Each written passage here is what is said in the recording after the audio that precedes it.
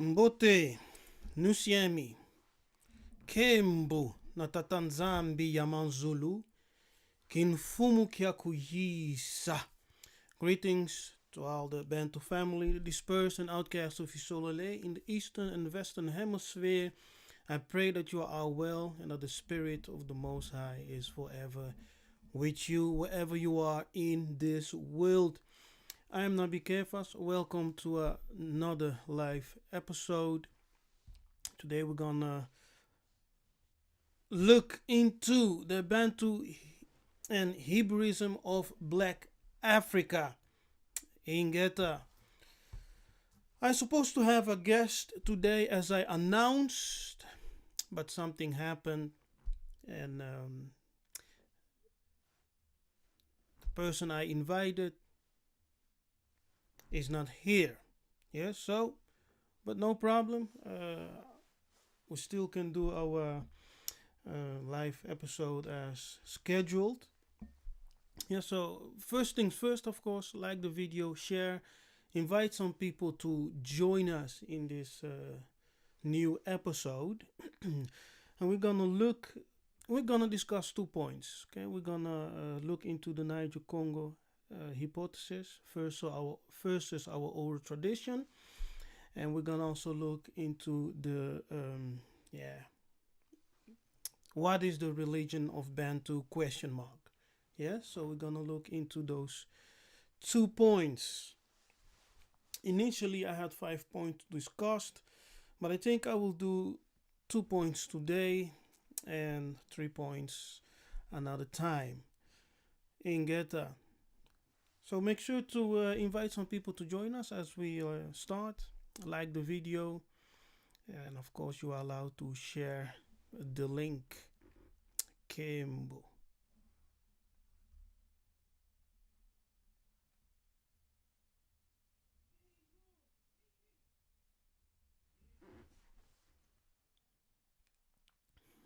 Yes.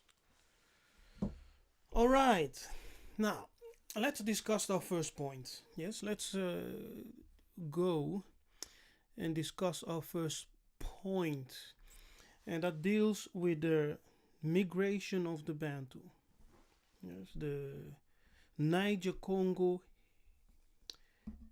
hypothesis versus the oral tradition of the elders. Now, in regard with the Bantu migration, we must go back to our elders and ancestors and ask them this profound question: where do we come from? And who are our people? The Europeans have told their hypothesis about our migration as Bantu people, saying that we came from the west, yes, from the Niger-Congo region. Now, the one who has traveled the road knows the path behind him. Yes, a stranger can only hypothetically assume where our ancestors came from because they did not walk the road with them. So we must ask our elders and trace our oral tradition through our Bantu elders and historians, those who have knowledge of the past. Now I go back and I return to the book of Deuteronomy 32 verse 7, where we are told, remember the day of old. The day of old in the Hebrew, olam, referring to the ancient world. So remember the ancient world. Consider the years of many generations. Yes, many generations past. Ask thy father, Abba, Baba, Tata. Ask thy father, and he will show thee. Thy elders, yes, Bayaya, Bankulu, Bankosi, Bakaka, and they will tell thee. So as we ask our fathers, they show. As we ask our elders, they tell. Now, these are 2 important things we need to do. All right? Now, the Bible confirms that the advice, it gives us a very profound advice, and that is to ask our fathers and to ask our elders. So I really believe that we have to make this our habit. Yes, not to fully rely on European books, European uh, history books, right? European hypothesis of the migration, but let's ask our elders, Bayaya, Bakoko, yes, Batata. Let them tell us the story. Let us hear the oral tradition. So we need to ask ourselves. Actually, we need to ask our elders. Where do we come from? Who are our people? What is our story? And when I say we need to ask our elders, I'm talking about those who have the knowledge. Because you can go to a certain Bantu elders and many of them are ignorant. They don't know, right? They don't know because they have never received that knowledge, that oral tradition. Okay.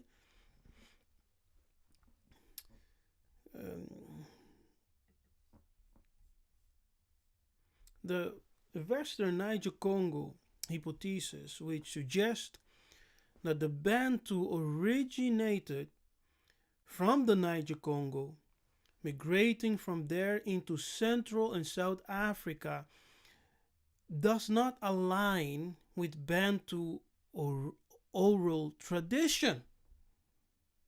Yes. Now, predominantly, all Bantu have an oral tradition that the ancestors migrated from the northeast region of Africa. That is to say, coming from the regions of ancient Egypt. The ancestors insisted that they descended from the north. Now, for what reason do the Europeans ignore the oral tradition of the Bantu? Only the one who traveled the road can tell you about his journey. Others can only speculate. And that's what the Europeans have done. They speculate. Might they be a European conspiracy to hide the true origin and migration of the Bantu? We have already proven that the Bantu were present in Meru, Nubia, and Kama, which is called Egypt.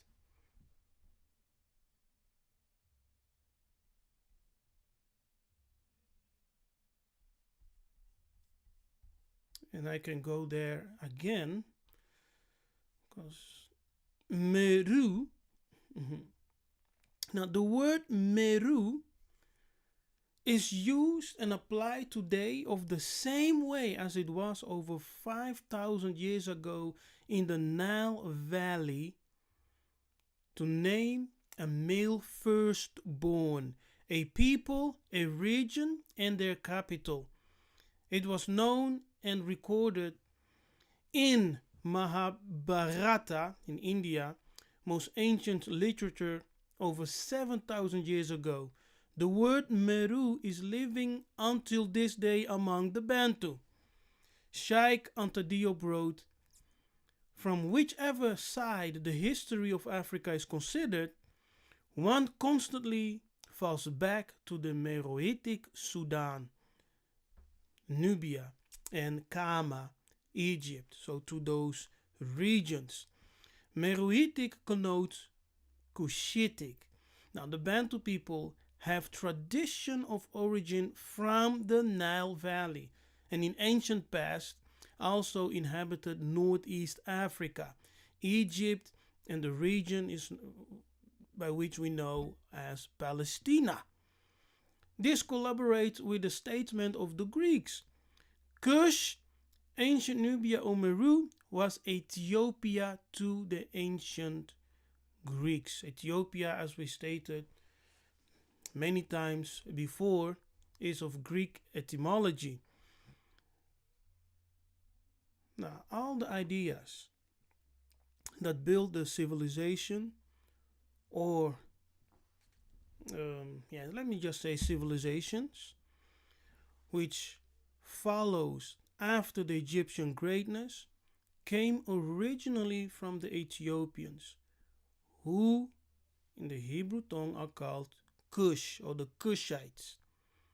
Now, Northeast Africa is where today's ideas of free trade areas, common markets, democratic systems, jury-based justice system, developed government, monotheistic belief systems, standing armies, and 24 hours think tank centers and inventions of writing are found earliest in human history. Yes,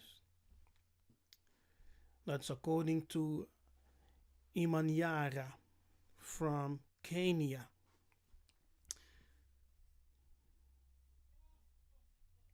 So Meru is connected with the Bantu people.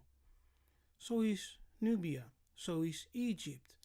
So in regard to our migration, the ancestors say we came from the northeast region. Okay.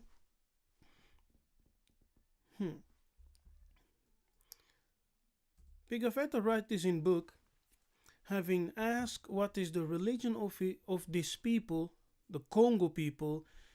He was told that they are pagans, but could find out nothing more about them.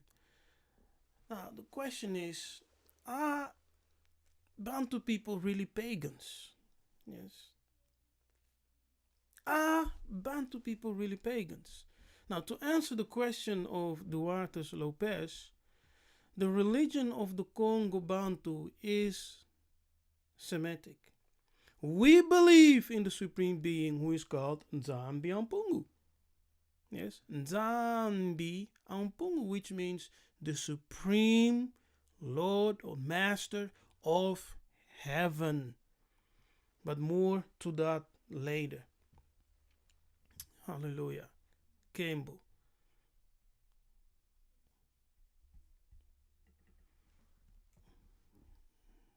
Okay. So the Mundele will say, you Bantu people come from the west. That's the Niger-Congo hypothesis, right? We come from the Niger-Congo. Our ancestors say, no, we came from the northeast region of Africa. We were in Nubia, Meru, in Kama. We were also in what they call Palestine today, or the Middle East. Yes, we were there. And from that place, we migrated back, because we went up to those places, as our ancestors would say. We went up to those places and later migrated back because of persecution and hate and things like that, wars. We migrated back as the northern regions, yes, Kama, was being invaded by foreign forces. Yeah? Our people were going back to the place of origin. So some migrated to the south, following the Nile, yeah, back to Central Africa, back to the heart of Africa, Congo. Others migrated to the west, and they came and entered into West Africa. That's the true migration of the Bantu people, according to the oral tradition of our ancestors. So we come back to the advice that we are given in the book of Deuteronomy 32. Ask thy father, yes, and he will show thee. Ask thy elders, and they will tell thee. So we need to hear, we need to see, to fully understand our origin and our identity. Where do we come from and who are our people? Ingeta.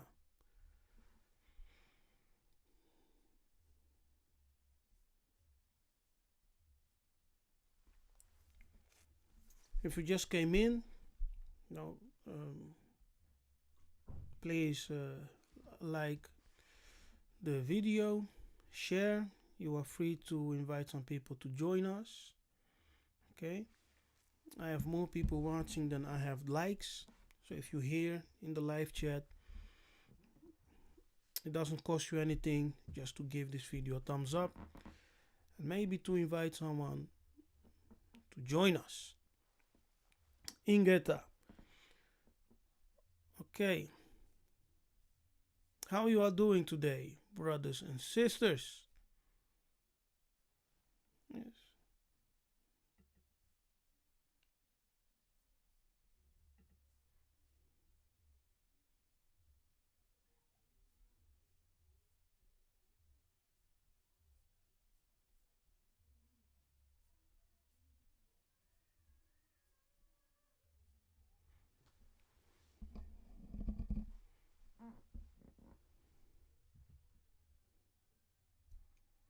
We call Africa by a foreign name.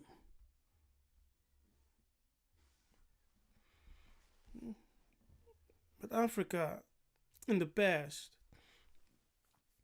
was not called Africa. You know, it had many names, of course. One of the names was Alkebulan.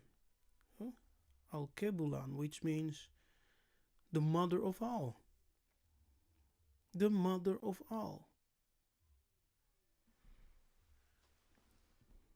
So we have to make it our custom, yes, to consult our elders about our history and not rely too much on wide fabricated tales and hypotheses about our history and our origin, because the origin of the Bantu does not lie in the West Niger Congo as Blake suggested, but rather in the east of Africa, the northeastern part of Africa, on the Nile Valley of the Great Lake region.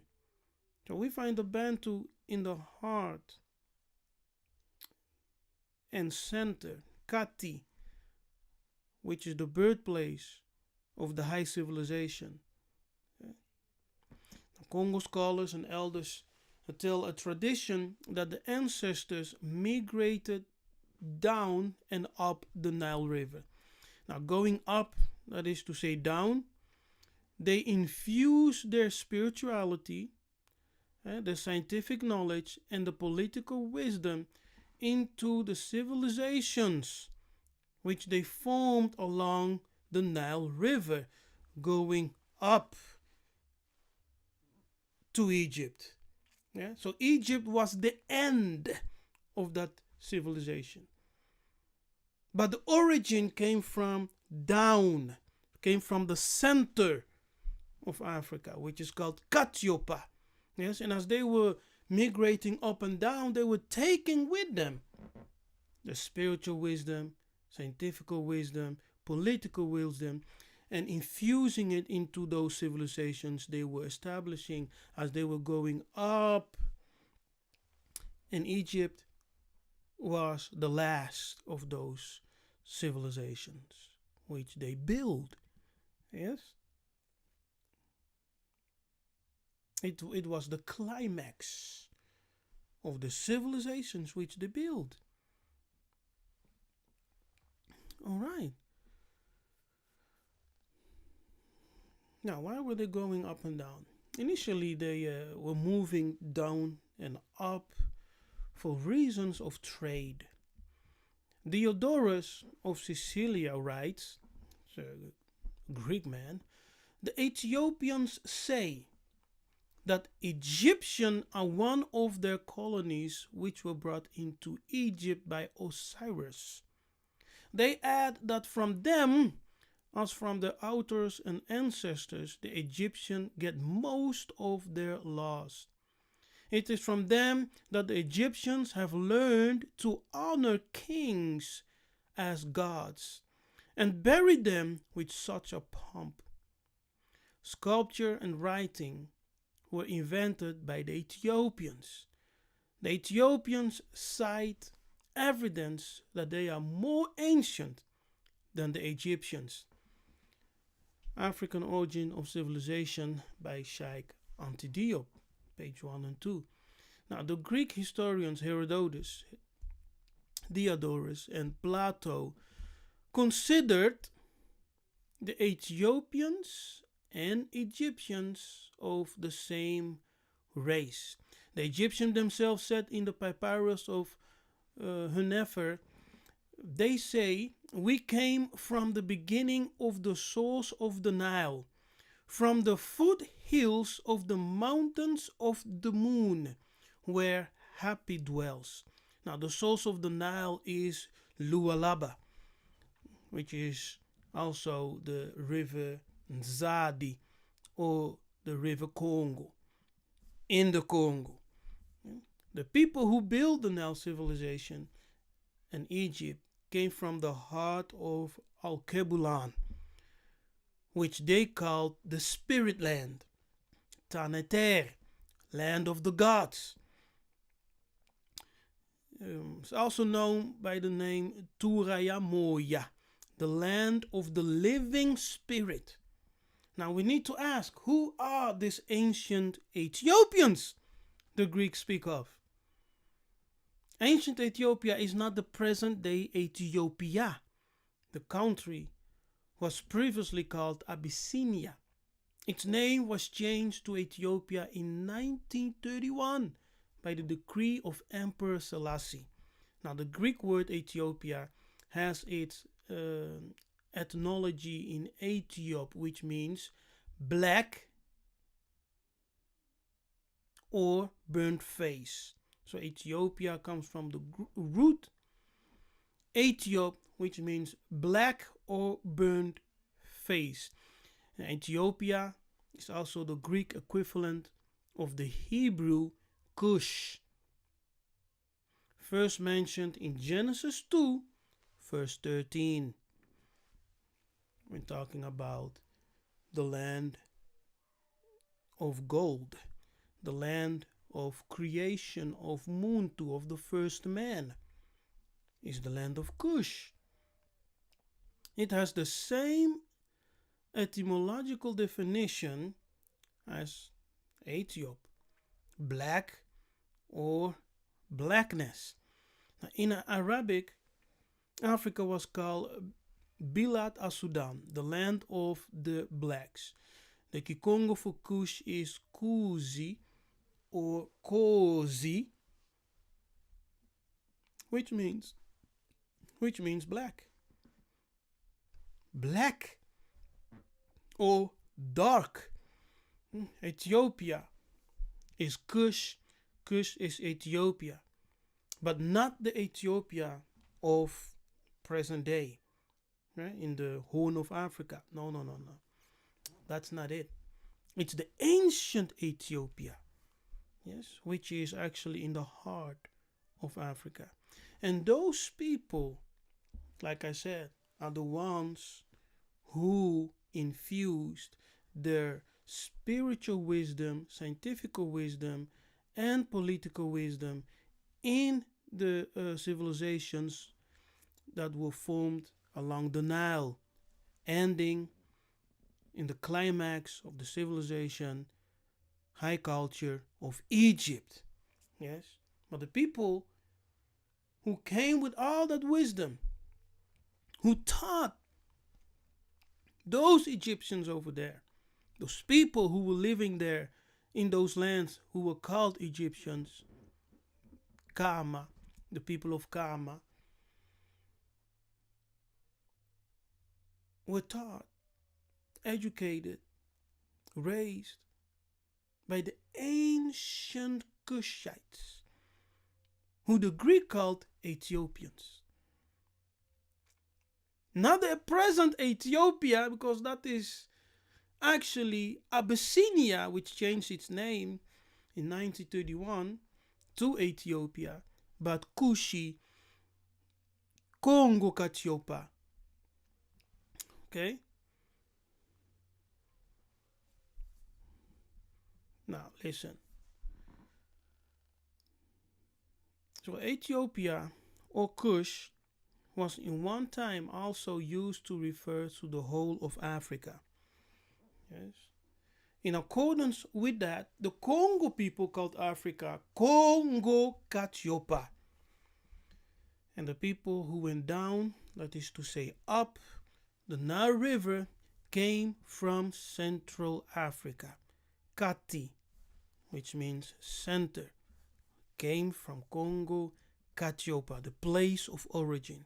So the place of origin, what the Bible talks of, yes, in Genesis 2, where the Adam was formed into a human being, right? Where the first human received, yes, the commandments of Nzambe and Pongotulendo was in the land of Kush. And that land is Central Africa, Congo Katiopa, as the ancient Egyptians themselves said, and testified by the Greek philosophers and ancient historians as Plato, Herodotus, and many others, Diodorus, etc.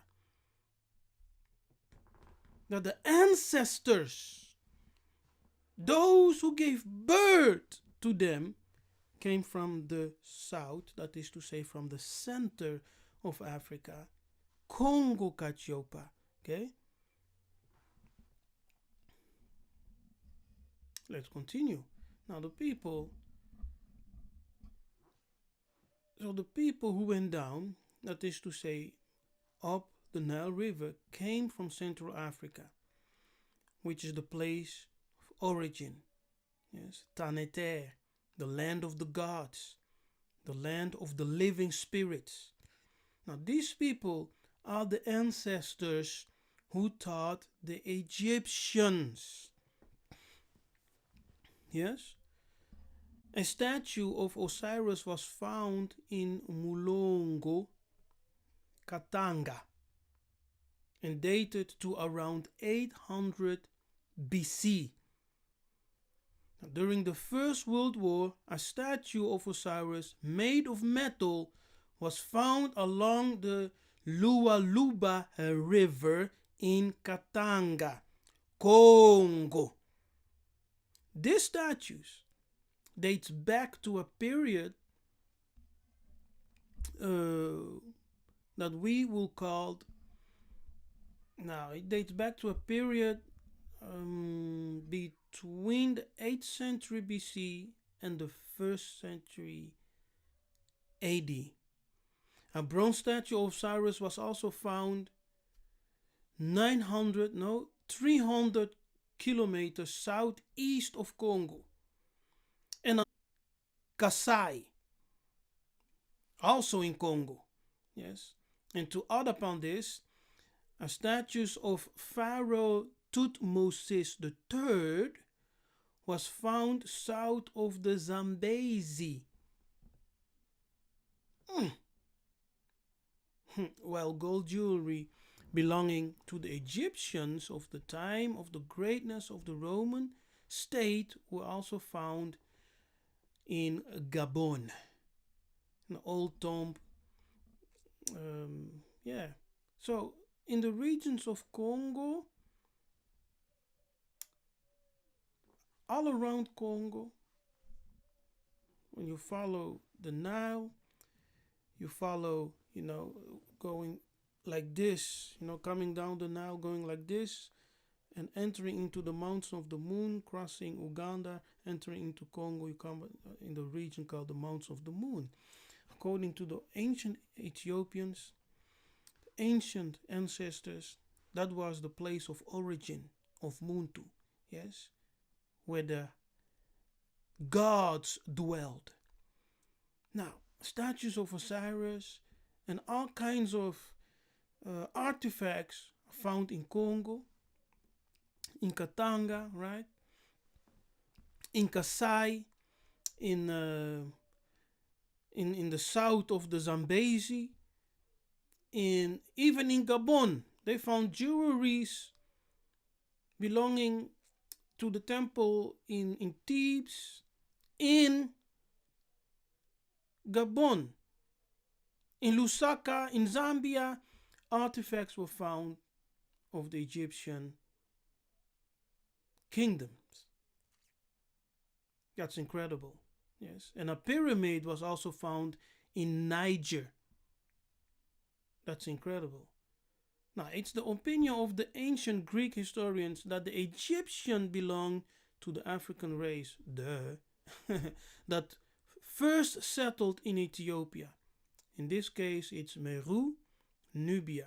And as they went up, they also built Egypt. That makes sense, right? Okay.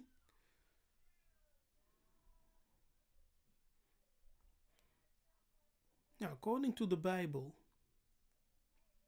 the first civilization from which all the first tribes took elements of its spiritual and political culture was the kingdom of Cush.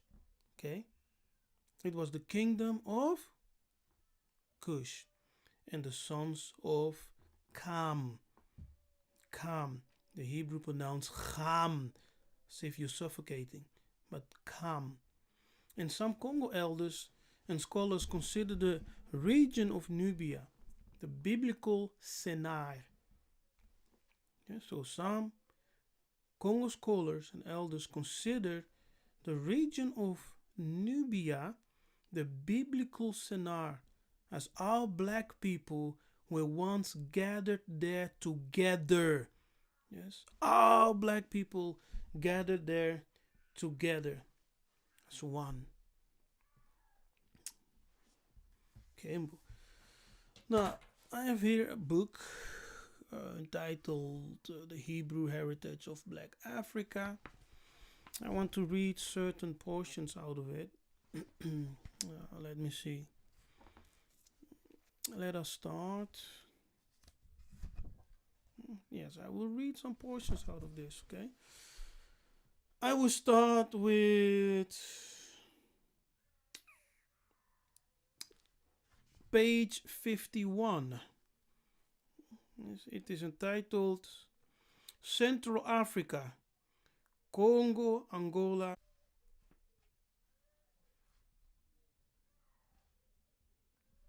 In chapter 2, we noted that scholars believe there is a common origin of the Ashanti and Bantu people. They both came, it is thought, from the northeastern part of the African continent. The Ashanti eventually migrated to the west coast, roughly parallel to the southern edge of the Sahara Desert.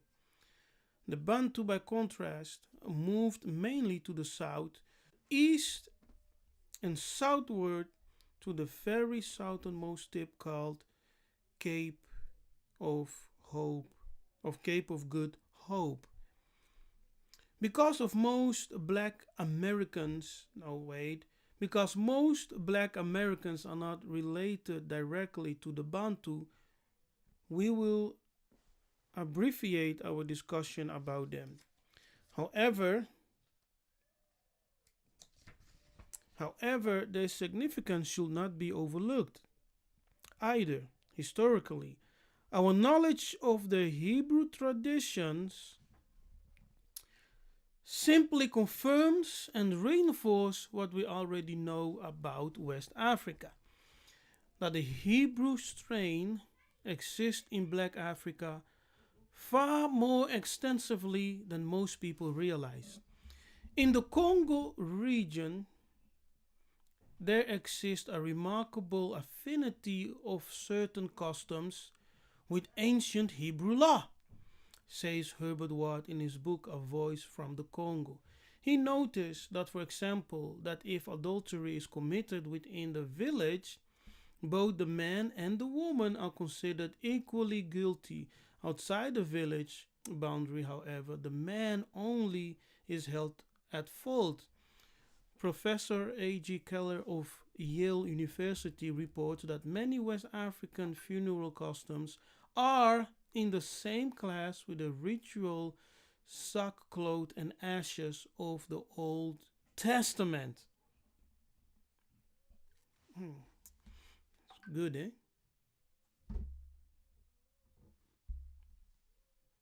Good, all right?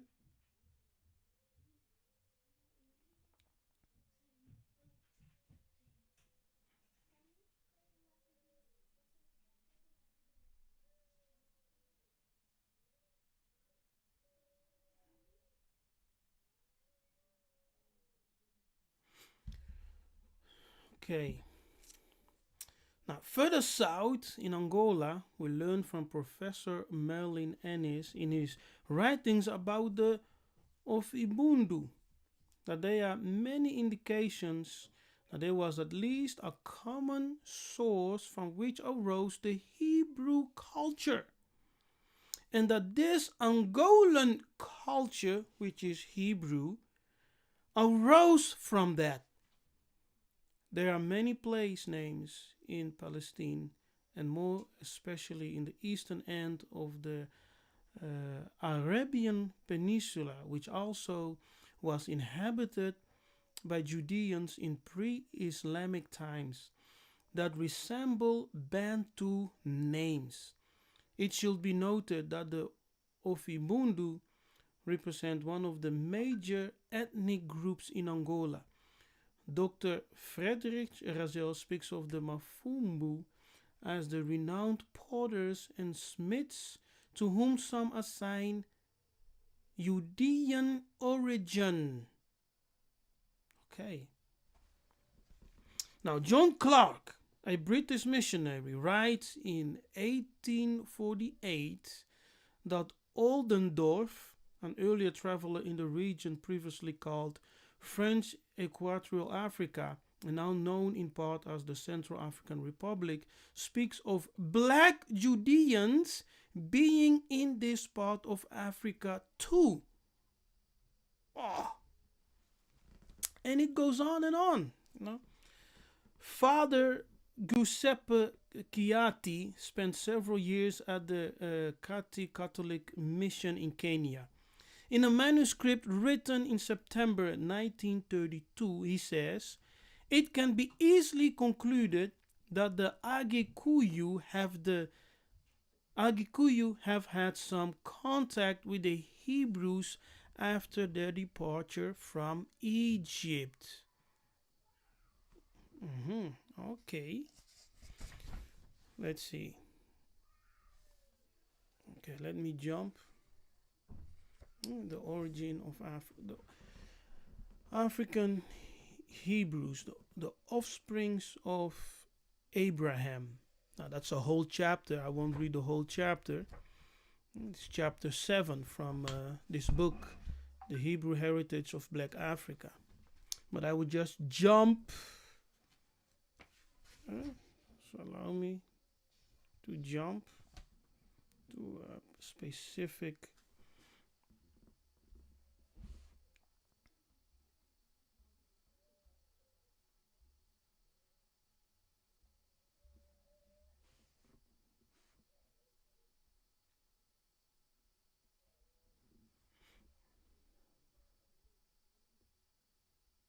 excuse me.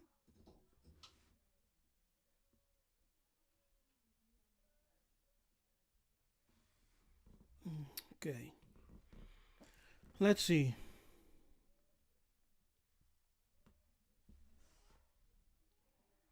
Yeah, okay, let's start here. The Bible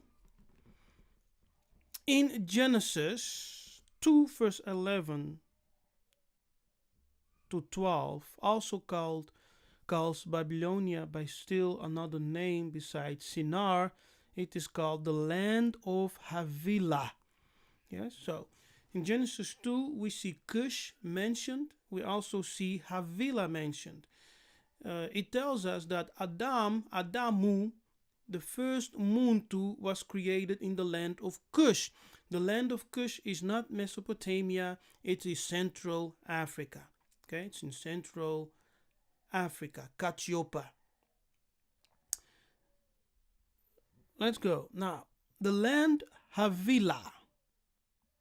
According to the section on this subject in the Encyclopedia Americana, reference to Havilah is to a region that was inhabited by the sons of Cush. In other words, Babylonia during the time of King Nimrod was known variously as Sinar. See, Sinar. So our ancestors were right, and the Congo scholars, historians, and elders who said that the region of nowadays, the regions of Nubia was considered by them as the biblical Sennar. Do you hear me? So, this scholar, Stephen Jacobs, is in the same alignment, in the same thought with the Bantu Congo scholars who say the same thing. Okay?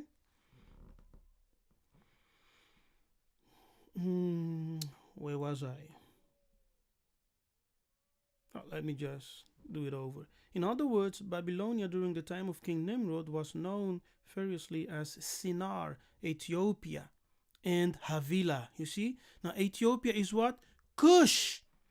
Havilah is also pertaining to the territory of Cush, and it is the region which is also known in the Bible as Sinar,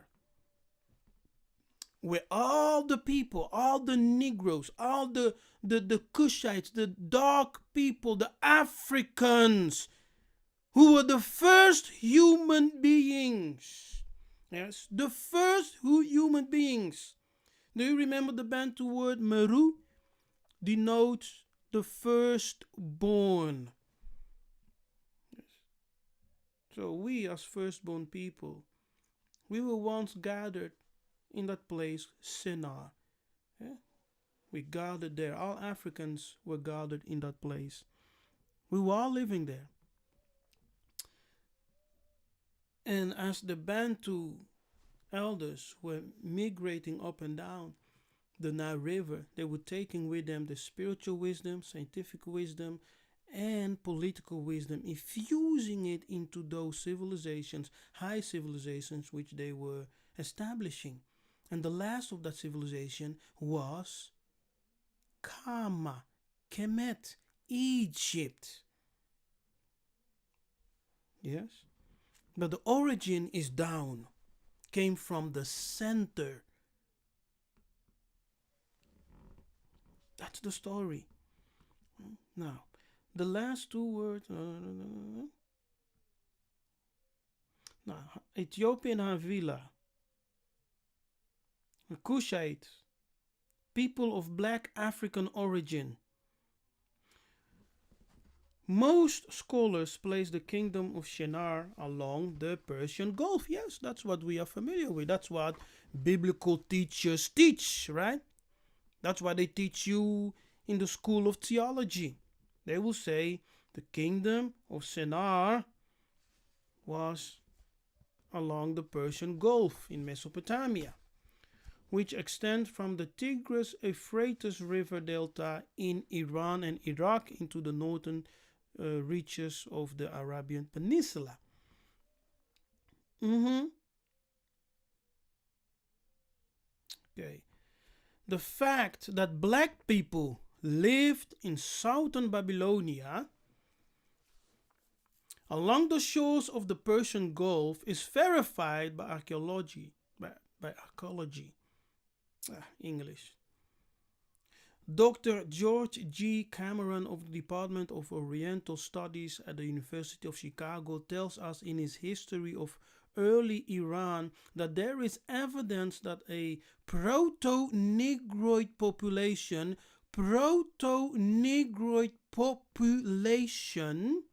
once extended westward from India, now Pakistan, along the shores of the Persian Gulf. The word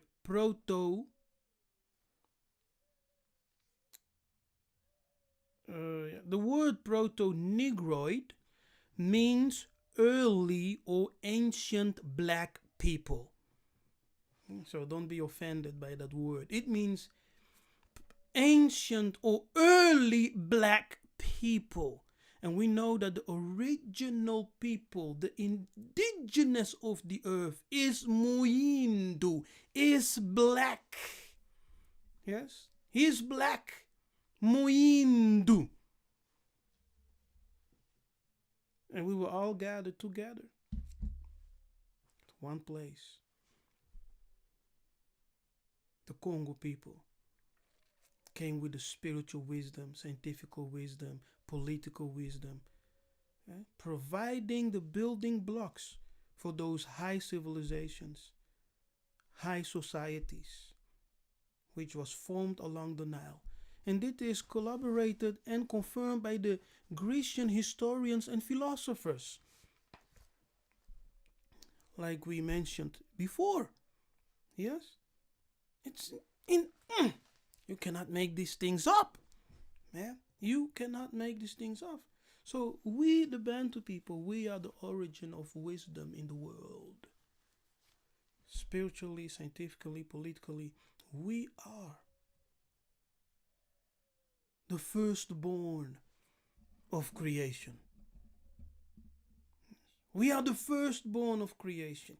The original man, the original Muntu, the Superman and woman.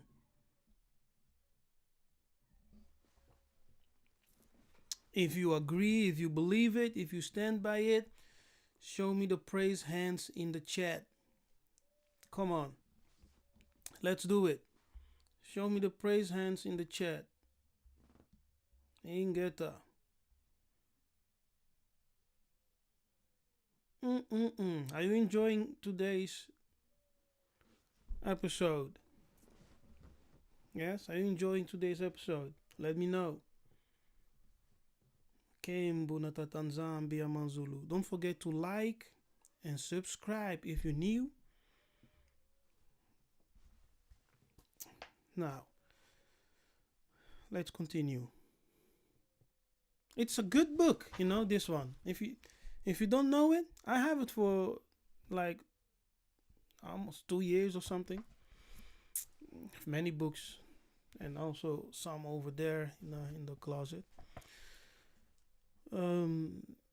It's a good book, there are some good things in here that really well confirms almost everything that we discussed concerning Bantu history and tradition.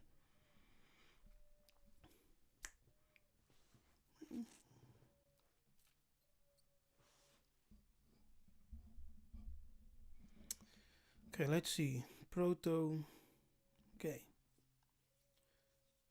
Now, the prefix proto being defined in the American College Dictionary as a word.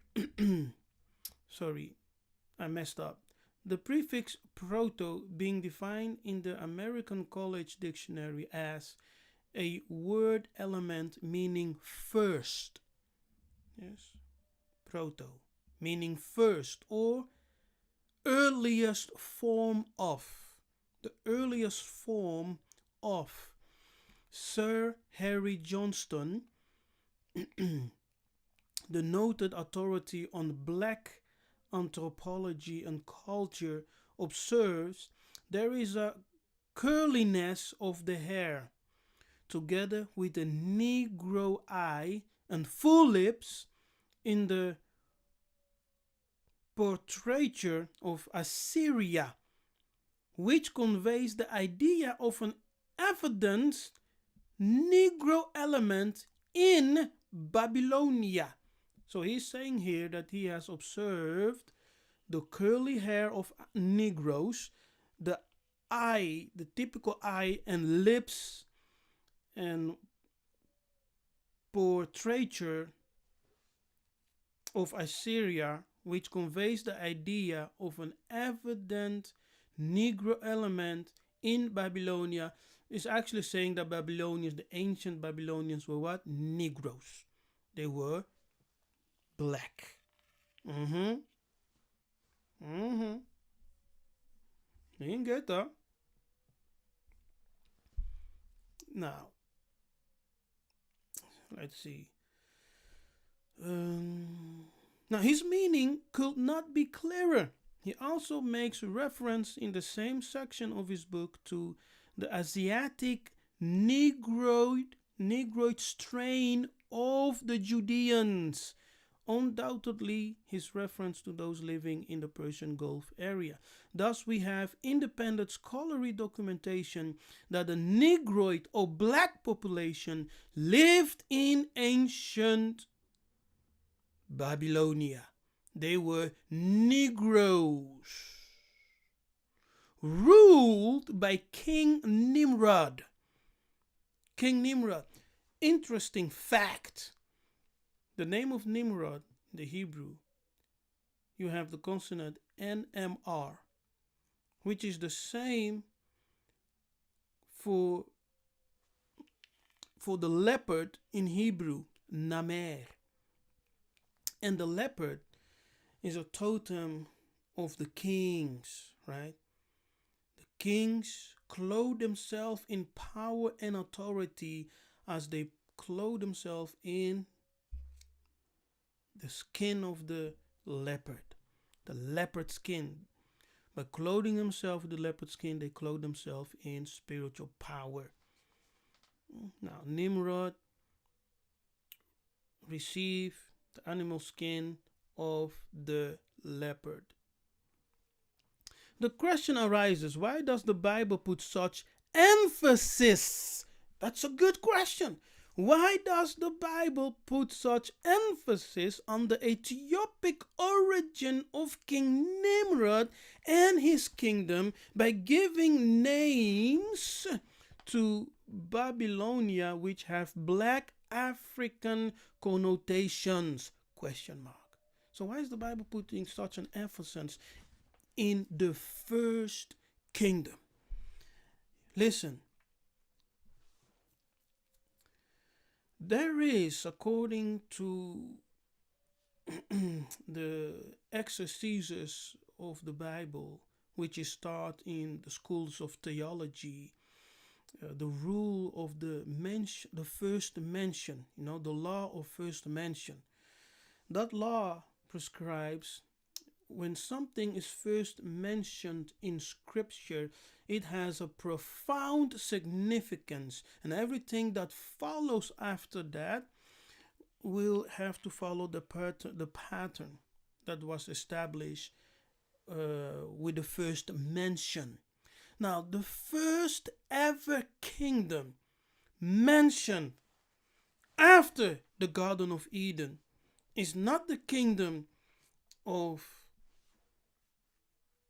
Israel, in the state of Israel, but it's the kingdom of Cush, and that is something not to dismiss easily. Just to say, just forget about that, just focus on the Jewish or such and such. I think it's very important to study that history, yes, to know why there is such an emphasis on that Cushitic kingdom. Our ancestors said that those people who build the high communities or high civilizations came from the heart of Africa. Yes, as they received Let me put this book down for a moment, okay? Let me put it down for a moment. Okay. Now listen. Let me restart. Because when I talk, when I speak, when I teach, I like to give you profound foundation so that you fully understand what I'm saying, even if it is new, that you can follow me, and as you listen, you do your research, or you listen to more of my teachings, videos here, you will gain some understanding of what I say. Now, our ancestors say the following: the person you called Adam, among the Manyanga of Congo and amongst the Bakongo, that person is called Mahungu.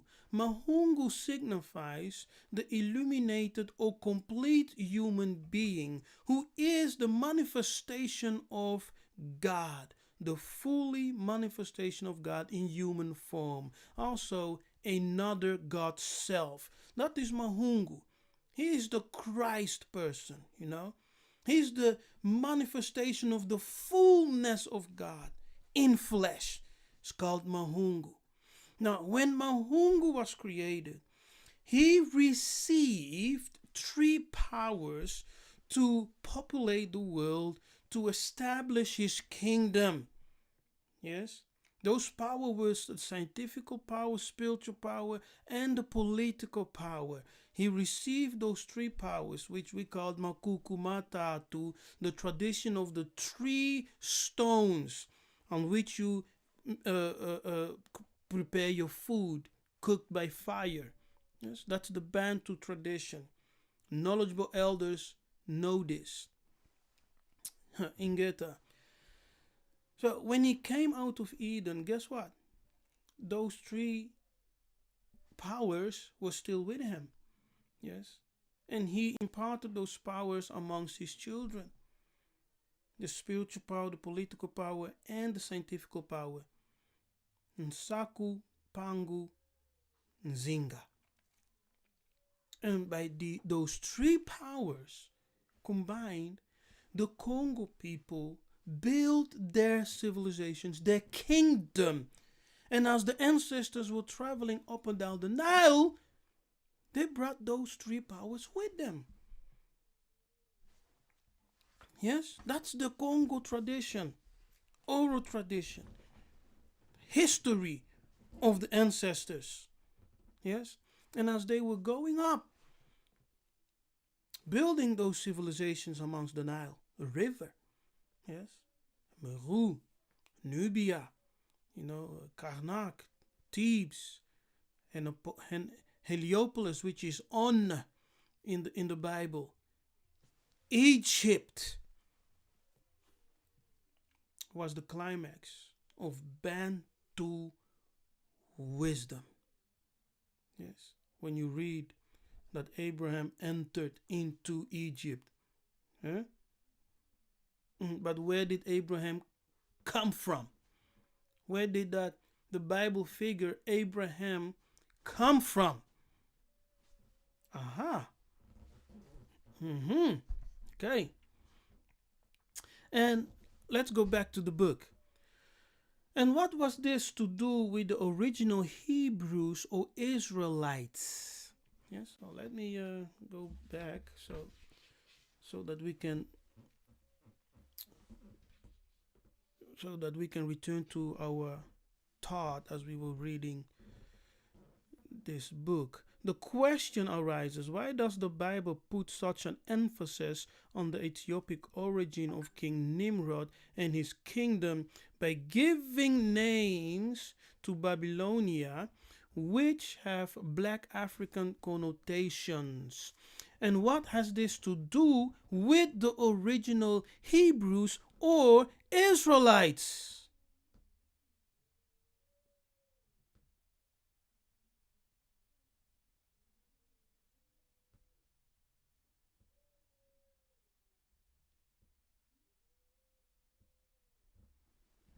What's this? Excuse me.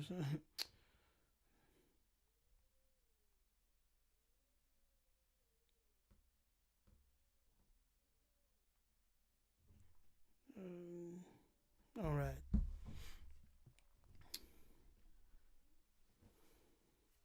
The answer is that the reign or dynasty of King Nimrod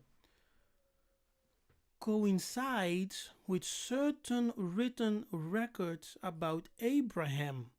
Oh, okay. Traditionally, the first Hebrew, and we will have to explain that word Hebrew to give us more insight, yes, into this the biblical character Abraham. Yes.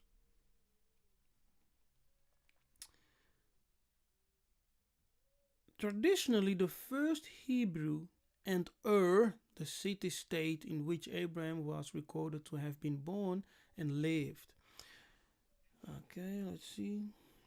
No, I don't want to read everything, but if I skip some pages, okay, let's go.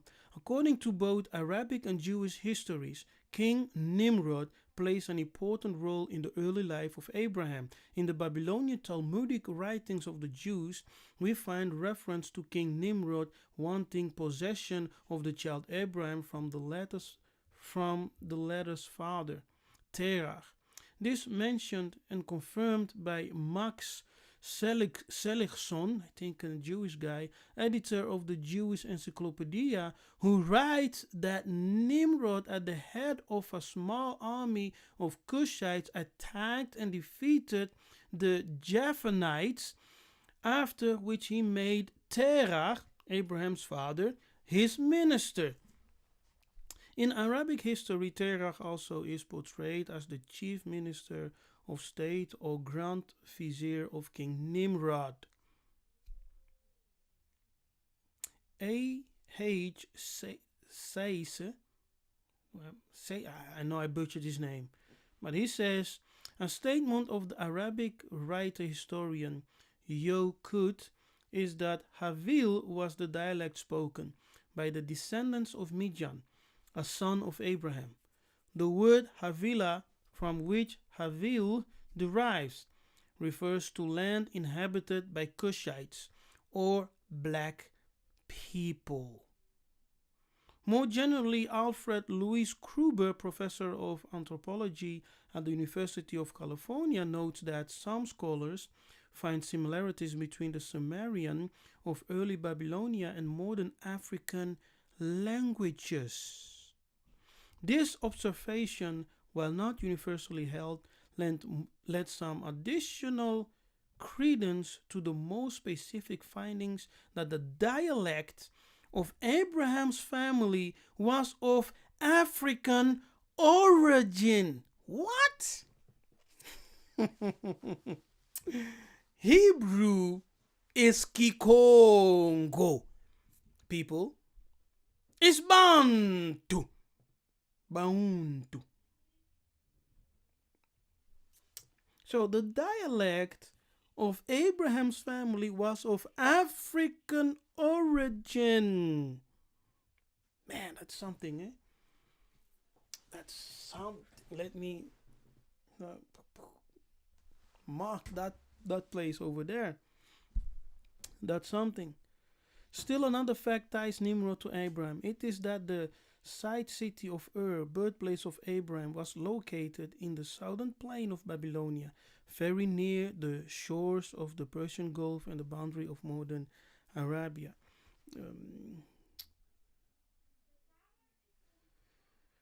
George Cameron says, with reference to the years 2500 to 2200 BCE, that the influence of reigned supreme in Babylonia. This period coincides almost precisely with the time when King Nimrod established his dynasty in this very same area. Now, that Abraham himself came from rich and influential circumstances can be gleaned from Genesis 13:2, which says Abraham was very rich in cattle, in gold, and in silver when he went to Egypt to get permission from the Pharaoh to settle in the land of Canaan. Mhm. In summary, we find considerable evidence that Abraham came from the ruling classes of a Cushite or Black dynasty founded by King Nimrod, and that the region under the rule, particularly that part near the Persian Gulf, was inhabited by black people. Mm-hmm.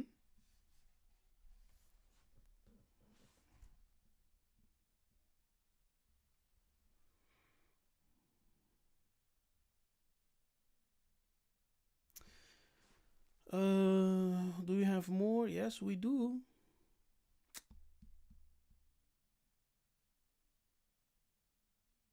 Now, even though we can link Abraham to the Cushite dynasty of King Nimrod, the question remains about his relationship to the Shemites. If Abraham was black, of African descent, could he also be a Shemite? That's a good question, right? So he came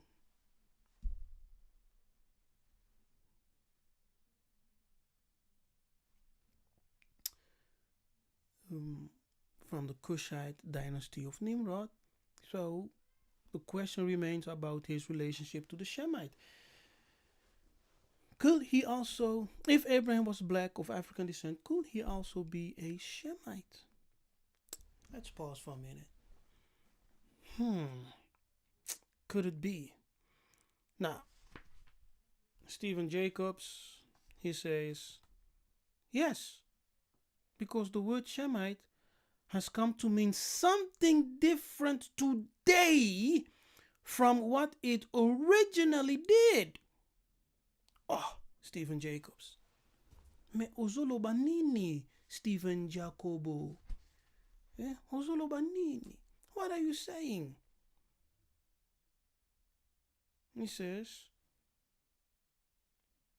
the word Semite has come to mean something different today from what it originally did. Historically, the ancient Semites were not a single or unified race, but a group of dis-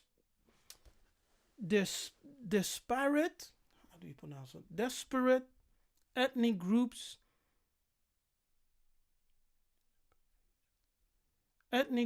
with a common cultural background. That's interesting, right? That's interesting. So he says, historically, the ancient Shemites were not a single or unified race, but a group of these disparate ethnic groups with a common cultural background. Dr. Ellen H. Goodbay, professor of Bible at Duke University, says there is no such thing as a Semitic race. What are you saying, doctor? Oh, makamunino. No? Are you sure? We use the term Semitic to describe a type of language and a sort of culture which we can trace by means of the type of language. We find an example of this in Genesis 10 verse 22 of the Bible, where it says that the Elamites were children of the Shemites. You see, people, this, this man, what? So when we say Abraham was African, you see, Stephen Jacobs agrees with us. When we say Abraham was Congo, he was from Kush, Stephen Jacobs agrees with us because the definition, the meaning of the word Semite has come to mean something different today from what it originally did.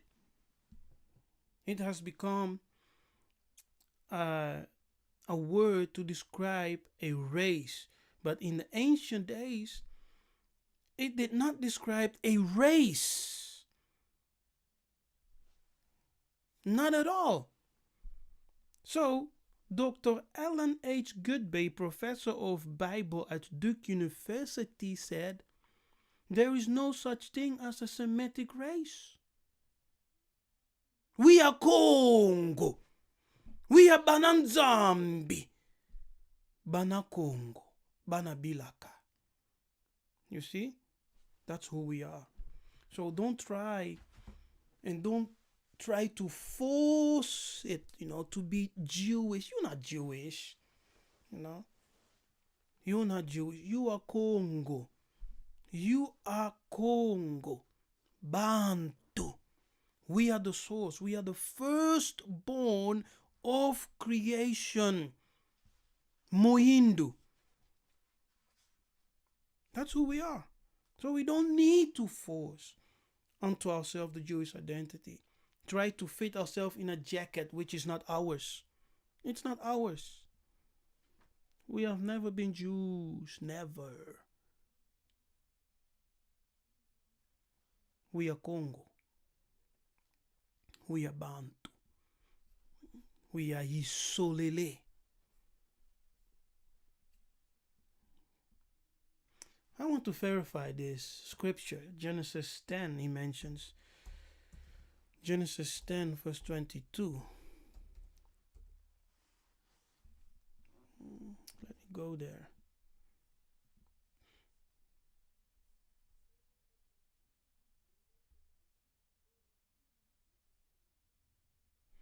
So he says, we find an example of this in Genesis 10:22 of the Bible, where it says that the Elamites were children of the Shemites. Okay, let's see, the children of Shem. Oh, okay, yes, that's correct. They were.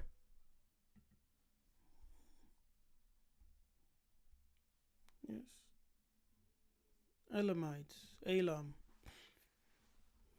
the children of Shem.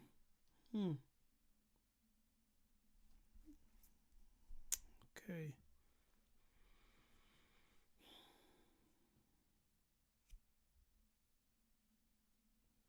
Let's see. So we're reading the Hebrew heritage of Black Africa. Okay? So you can order this book, read it for yourself. Maybe it's a good idea to do some book reviews on all my books over here, right? What do you think? Now, let's continue.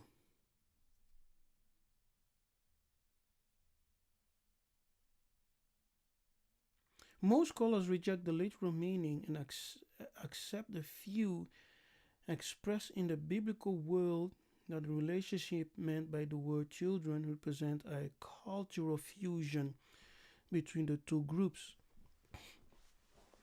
because it is culture and not race which determines who is a Shemite. It is obvious that there can be dark-skinned Shemites of Cushite or Negroid origin. The question naturally arises, is there indigenous Black African tradition that parallels the conclusion that Abraham and the original Israelites are parent stock of the inhabitants of Black West Africa?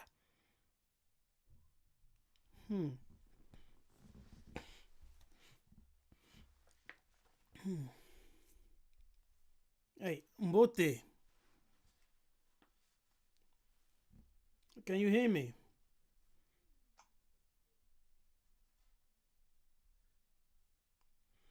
Yes, can you hear me?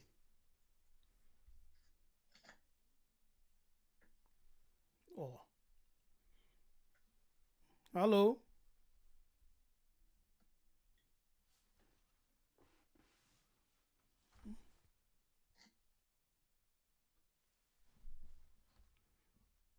We have someone on the Zoom, trying to connect.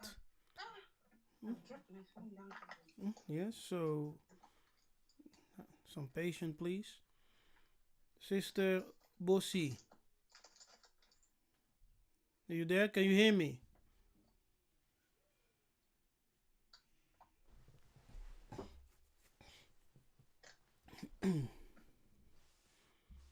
Yes, just a minute, please, as she tries to connect.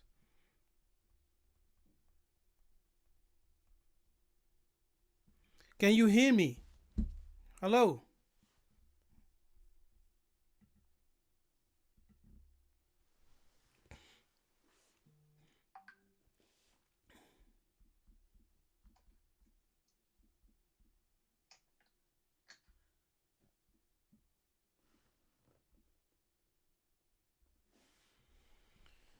Okay. Can you hear me? Yes, I can hear Can you. you hear me? Yes, I can. I hear you loud and clear. Hmm? You don't hear me? Not really sure what's going on. Do you have your sound? I can hear you.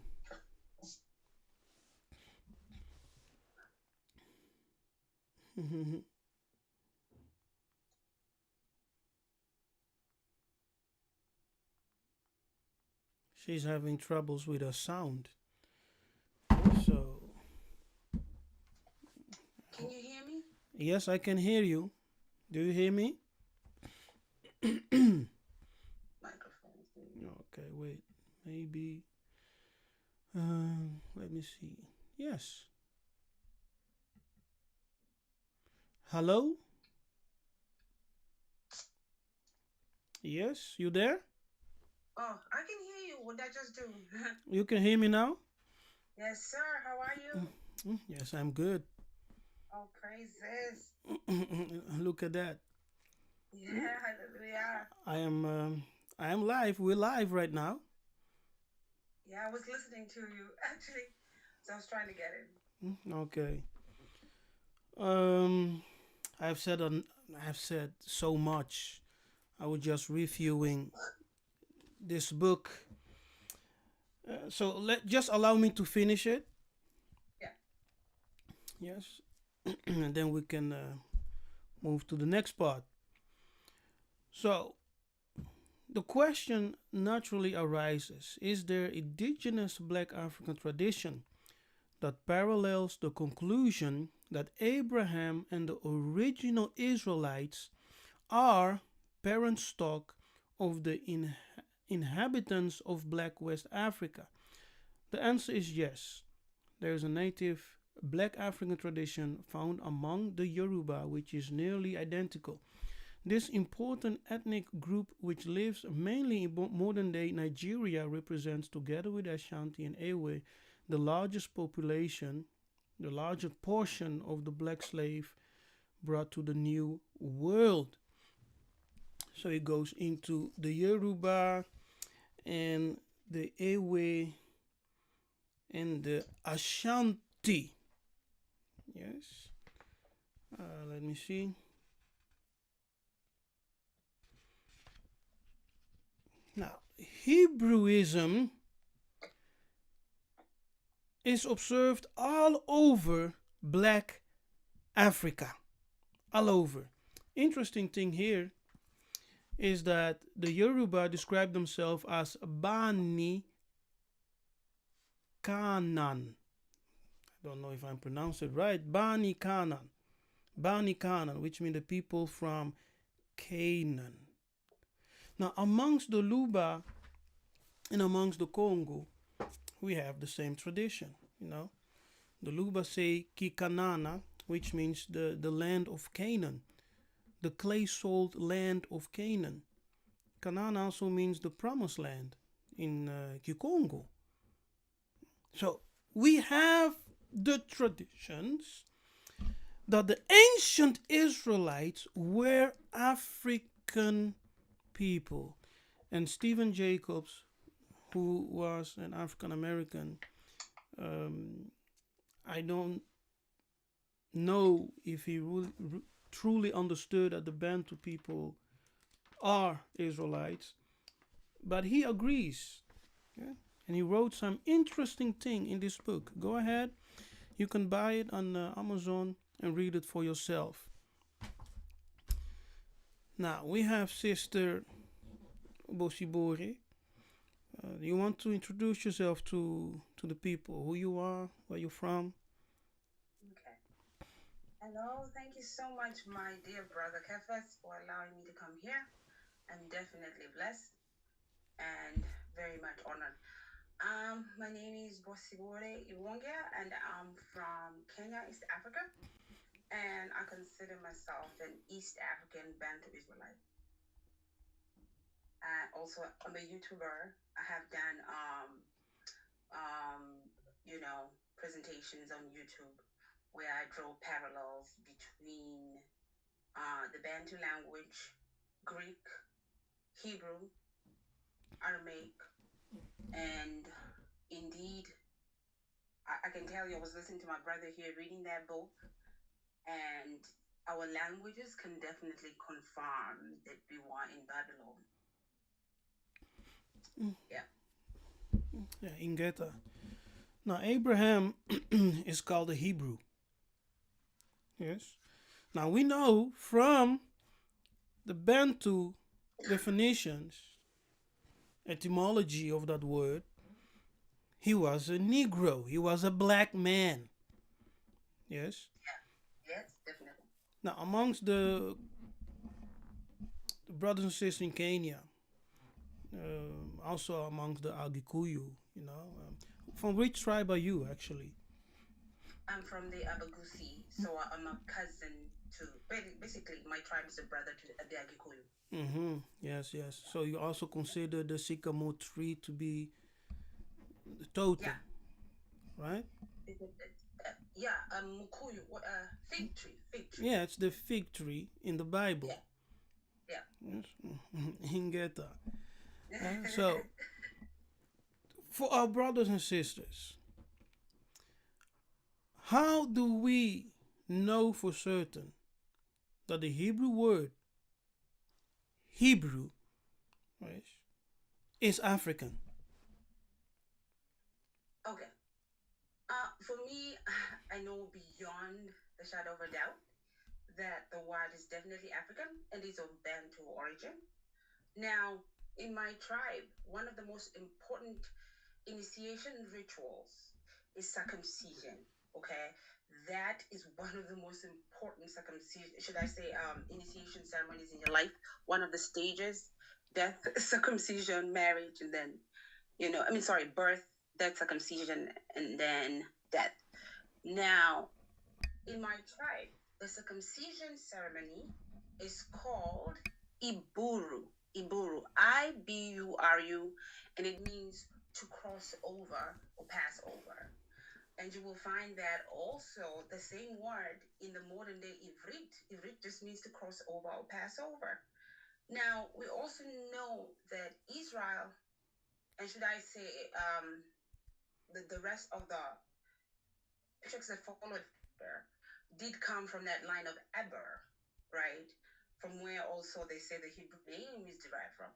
So Eber, I do believe, means two parts or to cross over as well. Now, in my language, Evere means two.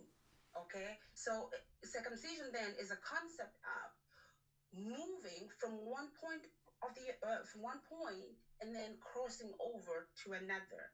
Okay, so these words all come together, and you will find that even in the Bible, what really made Abraham, that what we would say, the father of Hebrews, was the Abrahamic covenant. And what is the Abrahamic covenant involved? The circumcision of Circumcision. every male member of the household. Yeah. Yes, Ingeta. So we know that Abraham came from the Cushitic dynasty. That's to say that he was a black man. Yes, he was a black man. He was Bantu. So the people in the diaspora, they think that when we are talking about Africans, it's a taboo thing to do because they don't want to associate themselves with Africans. But throughout the Bible, the first kingdom mentioned is Africa. Yes? Yep. And the place of origin where humanity was birthed was Africa, which is Cush. In Genesis 2, Cush is mentioned, Havilah is mentioned, which are all names for Africa, the land of the gold, and the promised land, yes, the motherland. Yes. Now, what is, according to you, because this is my second point, what is the religion of the Bantu? Do Bantu people actually worship the devil? Yeah? Definitely not. Are you a devil worshipper? And so that no, neither was my grandfather or great grandfather. See, these conceptions come from European schools of thought, and I have to admit that when I was younger, I had that kind of mentality because of the way we were indoctrinated in boarding schools and how we were taught that our culture is demonic, you know. So there is this demonization of Africa, you know, but yet when you look at the Bible, just like you're saying, those patriarchs and matriarchs have African names. And, let's not even go so far. Let's start with the first patriarch, who's Adam. Okay.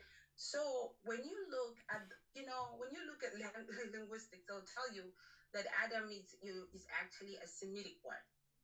But who decides this? Who gives authority to decide that it's a Semitic word?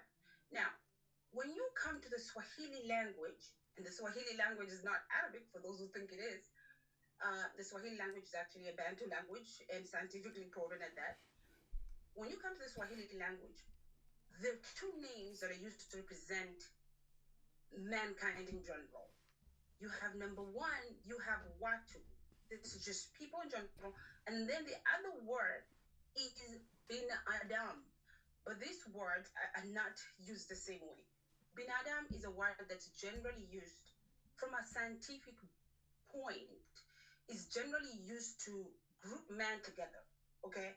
Just to talk about man without, should I say, man without a conscience. It's just when you're talking about man in general, human behavior. So when you look at Swahili, you have to ask yourself, how did the Swahilis know that our father was Adam? Because we call ourselves Bin Adam. Bin means son. Adam, of course, is now the first man who we're children of. So when you look at Swahili, the word damu is blood. And if you look at the name Adam, they'll tell you his face flashed red or red. Okay? So damu is a Bantu name. You'll find that also within the Nimbari language, they call blood dem. You'll find within the Sutu language, blood is called Madi, basically meaning that the consonants were pig Latinized. So Madi, if you change it around, will come Damu or Dima, you see. So this in itself should tell you that a majority of where that term Damu is in Africa. And Bantu language gave Semitic languages their vocabulary. And that's the one thing they never want to admit. So how did the Bantu know that their father was Adam if we did not know who God was? Ingeta, oh, you're done. Yeah. you were going deep. Let me add one more. Also, I was inspired by Pastor Mello. I've been trying to read. I started reading his book, Kikongo, the Most Intelligent Language, and as I was looking at it, my mouth was open because I found so many parallels. Of course, it's Bantu, but I was like, wow, this is so genius. Now, when you look at Ekewusi language as well, and I'm using Pastor Mello's model, In a Kegusi language, when you look at the antediluvian fathers, because it's just easier to do it that way. Of course, I told you what bin Adam means. Then you have the name Kava or Hawa that is derived from the name Hai, meaning living. Now, Hai in Swahili becomes Hai, meaning living. Okay? So you also have the word Kaya, also which means I believe living. Now, the name Kaya in Swahili means a house. In isiZulu, it means a house as well. Okay, so you will see that the woman is actually the house of life. She's an incubator for life. So she's a house in herself. So you will see that then she gives birth to a child. Of course, she gives birth to Cain, and then she has Abel. Now, Abel in my language simply is the name Abere. Abere means there too. Okay, but Avera means to forgive. So if you look in the New Testament, it'll tell you that the blood of Yeshua is actually, I believe it's faultless and like, what's his name? Abel's blood that cries for revenge. So you will see that even the name Abel has the concept of forgiveness because Abel is unforgiving. And you will see that even in the book of Enoch. He cries loudly against his brother Cain for killing him. Then third, you have Seth. In my language, Isato is three. Okay? In Kikuyu, Idato is three. And in Korean, Set is three. So you will see that even within the world languages, the Seth is actually put there as a third child. And then Enos, for us, is the word Inye, which means number four. And so forth and so on. Yeah. Ingeta, Ingeta. So, do Bantus believe in one supreme being? Oh God, definitely, definitely. And quite honestly, I don't know where people get this idea that Bantus worship the devil or worship idols. I'm not joking. I have never seen a Kisi idol in my life. Never ever seen a Kisi idol. I've never seen a Kikuyu idol. I've just never seen anyone bow down to an idol that is Bantu. And all of us worshipped a supreme being who we understood was the God of all spirits. And at one time, because man was so sinful, he disconnected himself from man, just like the Bible says. Yeah. Yes, we actually have tradition that says that the presence of God dwelt amongst our ancestors, yes, for quite a while. And when people started to rebel against him, he removed himself, yes, from our atmosphere and went to live far away. Yes. Yes, because the tradition is that heaven itself was very close to our sphere of existence. It's like when you are in a house and you look up, you see the ceiling. That was heaven. It was very close to our reality of life. You just had to look up and it was there. But through the rebellion of man, everything was removed, and the presence of the Most High also removed himself far away from the human being. And so the Bantu people, we do have a tradition of a supreme being who is the creator and master of the universe. And are you familiar with the Bantu? I don't want to use the word Trinity because it conveys the wrong idea. But in the Bantu, we have the hierarchy of heaven. Yes, we have the tradition. Amongst the Bakongo, we have Nzambe Mpungu Tulendo, who is the creator. Yeah, and no, sorry, Nzambe Mpungu Tulendo, who is the supreme being, above everything. In the book, heaven is described as the heavens of the heavens, which is the habitation of the supreme being. Yes, the heavens of the heavens, and the earth is given to man. But the heavens of heavens, that's the habitation of Nzambi Mpungutulendo, the supreme being. And then we have the creator who's called Nembumba. And then we have the Logos. So we have those three. And after those three follow the ancestors and the lower divinities.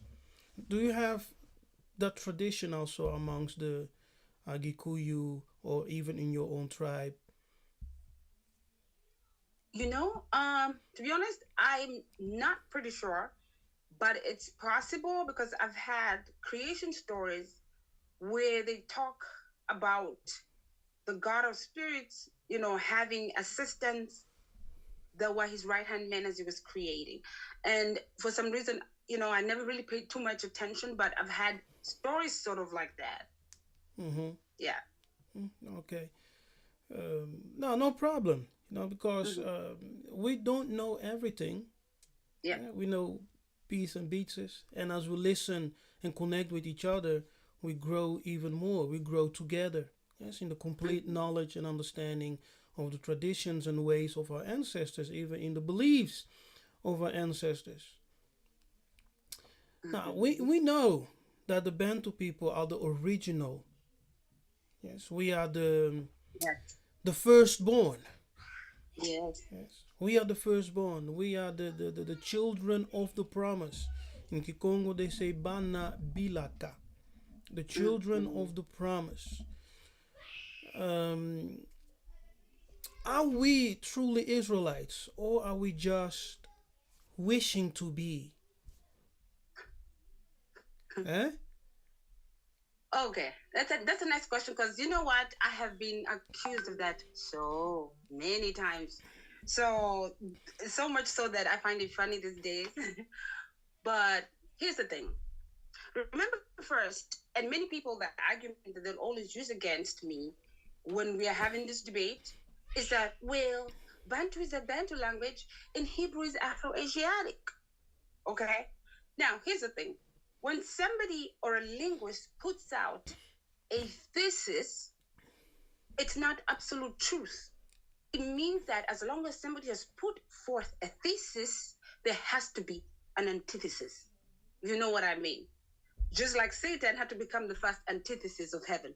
So, so this is what I'm saying. I mean, um, with much of how the scientists have projected and came to divide the languages, when you take these languages and look at them, when you take Kibantu and you take Hebrew and you compare the root vocabulary, okay? Root vocabulary, core root vocabularies, you will find so many words. So much so that if I sat here and told you about all of them, would be here until next week, right? That in itself tells you that there is a genetic relationship between Kibantu and the Semitic languages. Now, another thing, when people say, oh, Hebrew is Afro-Asiatic and Bantu is a Bantu language, you have to understand that the category that is called Afro-Asiatic is one of those spaceship theories that scientists created because it was really at the time of colonization. They're not going to come there and tell us the truth. That was not their job. They say they came to civilize us. If somebody tells you, if I say, Kef, I'm coming to your house so I can civilize you, I seriously looked down on you and I think you're nothing. Okay? So I'm really not coming to tell you the truth about you. I'm coming to bring my own ideas of what civilization is. Okay? But the truth is, when you look at the language, just look, okay, for example, let's look at a root vocabulary. There are things, I don't care how many times you migrate, it doesn't change. For example, the word for children, okay? Now, in Ekegusi, children are called bana.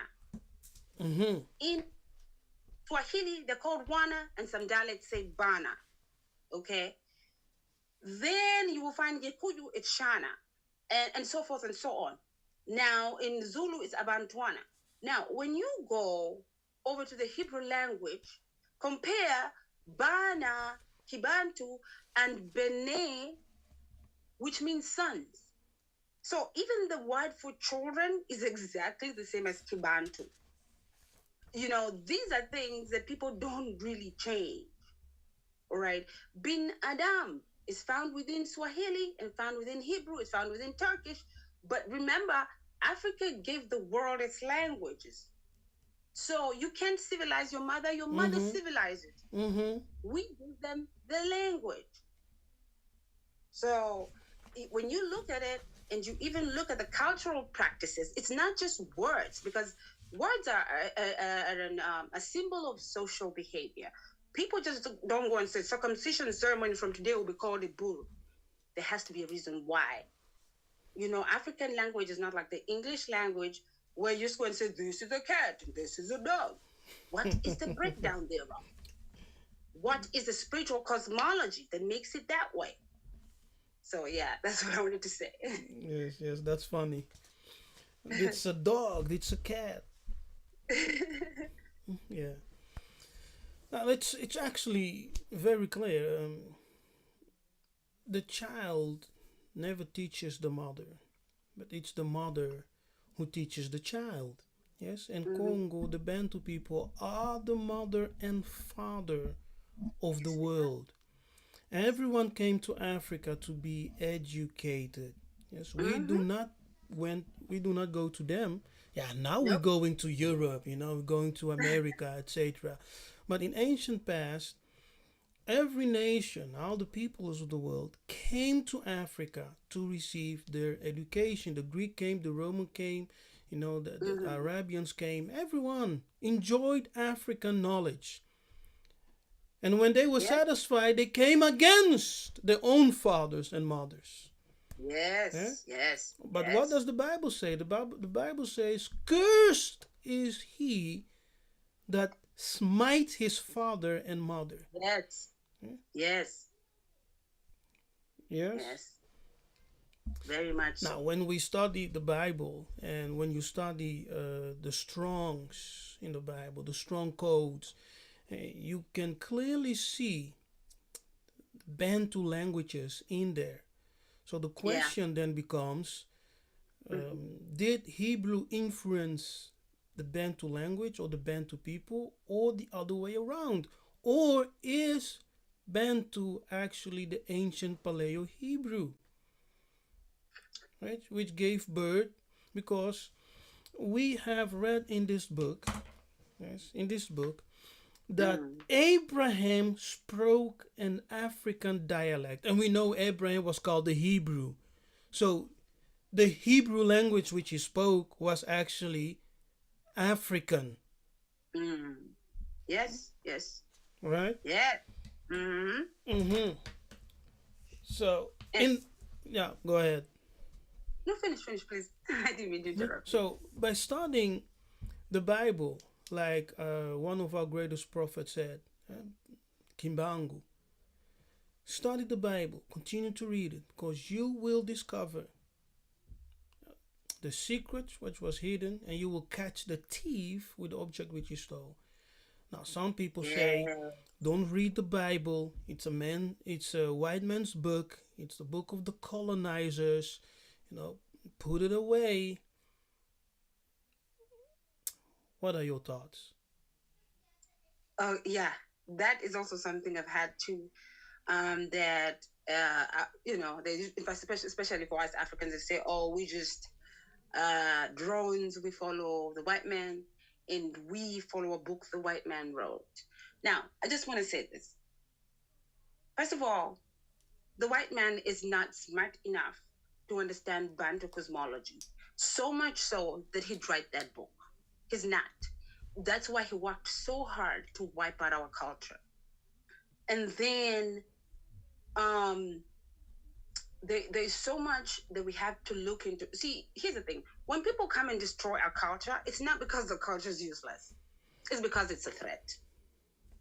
And had they left us, now the truth is, had they taught us the Bible using Hebrew, would have been laughing in their faces. Would have been laughing in their faces. You would make simple connections. For example, that time in the desert when what's his name? When Moses Prophet Moses was in the desert with the children of Israel, and they started to complain. What happened? The Lord sent fire into the outskirts of the camp and started to burn people. And then this complaining children who said they want to go back to Egypt because it has onions and leeks and garlic, they started crying out and saying, Moses, help us. And so Moses went up the mountain and talked to God. And then the Lord quenched off that fire. And from that day, that place was called Tabera. Okay?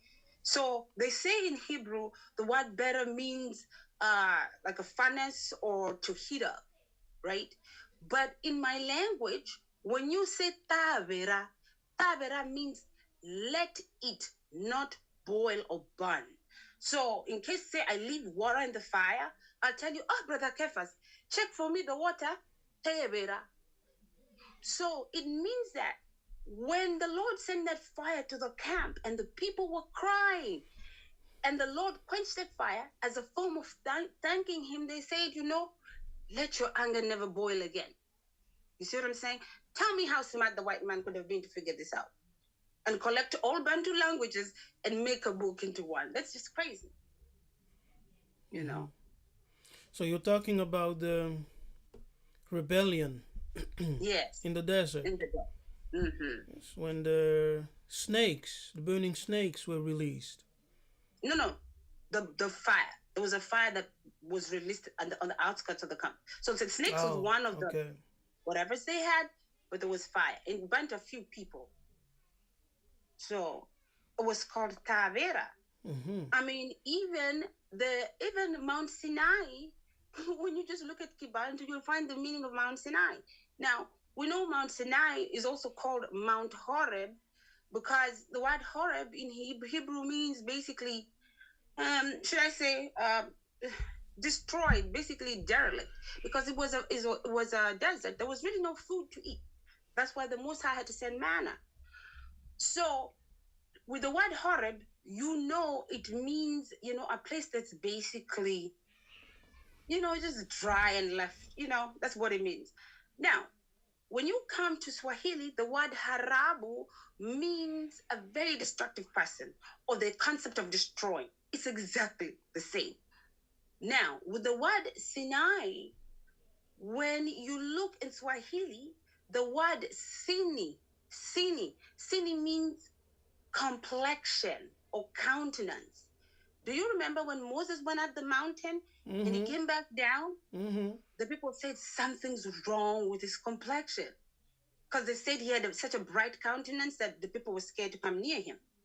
So sini is like a complexion or basically countenance in Swahili. And Sina means I don't have. That was a very dry area. It basically didn't have much. That's why the Musa had to send them food. And even the word Sina in Swahili means, Sina means to be at the verge of tears. Remember how many times the Israelites complained because life was so hard? Yeah. So if you just go within Bantu languages, and for me, I'm limited. I only know a few Bantus. So what if I knew more? Maybe I'd understand more, Yes. You know what I mean? In Lingala, you will say sila. Okay? Sila. Wow. This means to come to an end, to finish. To finish. Oh, yeah, wow. To deplete. Well, even sira in my language means to get lost. To get lost or to die. Yes, we will say kufa or liwa. Oh, yes. Really? Wow. Yes, liwa means death. Kufa means to die. To die, like Swahili, yeah. Yeah, like Swahili, and kufa is also in the Bible, in the Hebrew Strongs. Really? Yes, it's there as gaffa, but the G and K are interchangeable, so you have kafa, kufa, which is the same. Yeah, it's the same. It's the same. It has the same definition: to die, to expire, to breathe out your last breath. Kokufa. Wow. Yes. I was actually, I don't know is it okay if I can add something real quick here? In regard to what you were saying about the Bantu being the first people? Um, yeah. So if you look like within the Bantu languages, like in my language, the suffix "tu" usually alludes to the idea of being the first, the leading, the head. "Tu" also is related to the Swahili word "utu," meaning to be conscientious. Okay. Now, so you will find that a head in a Kehus is called mo tu because mo is a prefix for something or someone with a soul. So mo tu, okay? However, in Chinese, the head is called to. You see, so that's even maintained within even some Asian languages. So when you say Bantu, that means the first people, the heads. But it also means the soul man. You know how James Brown says, I'm a soul man? It also means the soul man. The concept of Utu is, or Ubuntu, or Ubuntu, is the idea of having compassion. Okay? So when Europeans came and they were asking us, who are you? We'll tell them we're the Bantu. So when they're asking, what does Bantu mean? The people. So the Europeans were like, man, why would they tell us they're the people? That's so weird. Mm-hmm. But they didn't really understand the breakdown of that word. And I'm glad the elders didn't tell them either. So whenever you see, even in words like, even in Japanese, the word for father is Tosan, because of the word tu means beginning, head, first. So now, when we were telling them we are the people, but the breakdown, like I told you, has to do with the idea of being first and being conscientious. You will find that the same people who are interviewing us, also known as Europeans, call themselves humans. Okay? Human has no translation in the Bantu language. There's no translation for the word human. We substitute with the word mutu, but there's no translation. Human comes from the Latin word humando. Humando means dead. Okay, it means dead. So when you say I'm a human, you're saying I'm a dead being. So yet Oh, for wait, us, wait, when go wait. ahead. Are you hearing that, people? So when you say I am human, you're saying I am dead. Yeah, mutu akufa. So therefore, we don't say you are human. We say you are moon too. Yes, moon too. The spirit man, the The head living man. one. Uh-huh. Yeah, that's a good one. Go ahead. Amen. So with that being said, you have to ask yourself then, who coded these languages? How is it that the Bantu meaning for a human is the exact opposite of what a human means in the Indo-European languages? So while Bantu will allude to the fact that we have more soul, we are conscientious, the European ones say we are dead. But now, when you look at European culture, who has the most killing weapons in the world? You even had a president bragging, man, all I gotta do is just press one button and everything will blow up. Because people really do manifest what their names mean. It is what it is. Yes, yes, yes. They are they are the people of destruction. Yes, Mm-hmm. they're the people of Mm-hmm. destruction. Now, Yep. that's very interesting. Um, it reminds me of Esau, right? Mm-hmm. Can I ask you a difficult question? Are you prepared I'll for a try. difficult You question? have some difficult ones. Yeah. Um, where does Esau come from? No, was Esau African? uh, you know, you know, I've read different sources, but right now, I guess I've been looking at Brother Ron Dalton's work, and I do believe that Esau was red skinned, and it's kind of hard to tell Mm-hmm. what red skinned means. But the assumption is that he turned white later when his descendants married like some of the, No, the I'm not Amalekites. talking about his whiteness. I'm talking about his origin. His origin, you think, is black? Yeah, Uh, was he African? That he originated from Africa. So that's my thought, right? Esau was son of Jacob. mm-hmm. Jacob, black man in Africa. he had a twin. Mm-hmm. And amongst the Bantu, we have traditions for the twins. Yes. Yes. Those traditions vary, but amongst the Mm. Bakongo, for example, when a twin is born, they are called Nzuzi and Mm. Simba. Simba. Ah. Yes, Nzuzi and Simba. Now, you will ask the elders, why? Why do we have this tradition? They will say, we got it from our ancestors. Now, Mm-hmm. there was an ancestors, very remote ancestors, who had a twin, and he named them Susie and Simba. And it Ah. followed down the tradition until today that we name Mm-hmm. amongst the Congo the twins who are born Susie and Simba. Now, Simba means the one who holds, right? The one who Oh. holds, yes, from the Lingala Simba, Kosimba, to Mm. hold. Mm. Now, we see in scripture that when Esau came out of the womb, right, his brother Mm-hmm. was Holding holding is like, his, yeah. his heel. Yes, Yes. now that's Simba. Simba also means the fighter, the one who fights, the one who is strong. Simba also means the lion, one The who is lion. the king. Yes. Hence the Yes. Lion King, Mm-hmm. with the head character being called Simba. That's Bantu. And then we Mm-hmm. have his brother, who is called Nzuzi. Mm-hmm. Nzuzi comes from a root word in Kikongo that means the one who quarrels. Really? Mhm. Wow. That is That's interesting. interesting, right?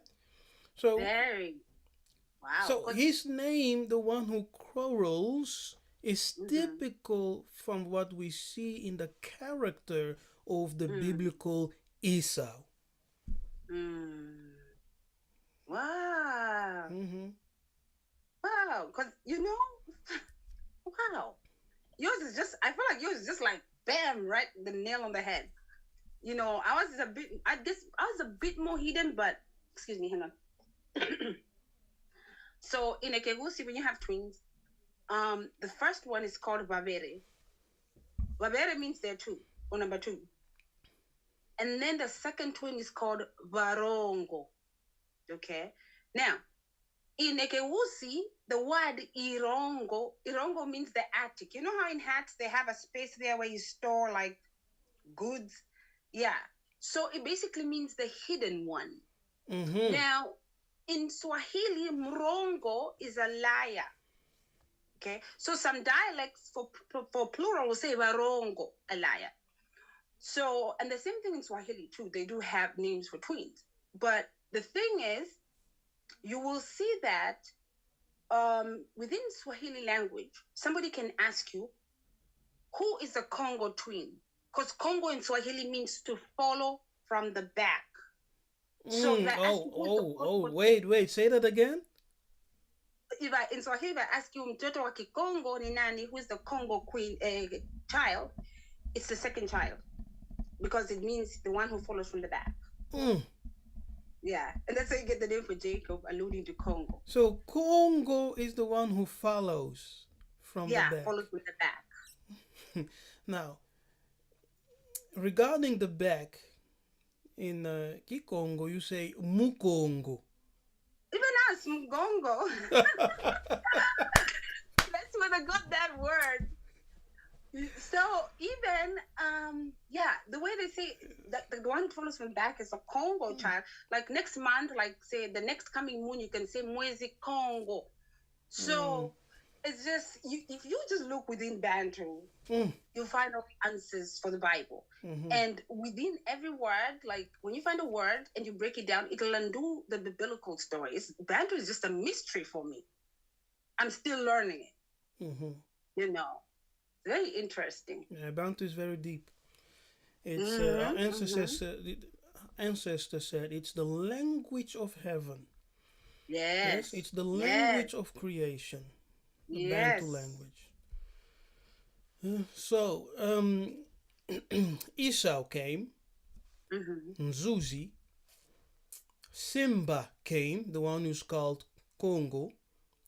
He Mm-hmm. came, and the follower, holding fast to the heel of his brother Esau.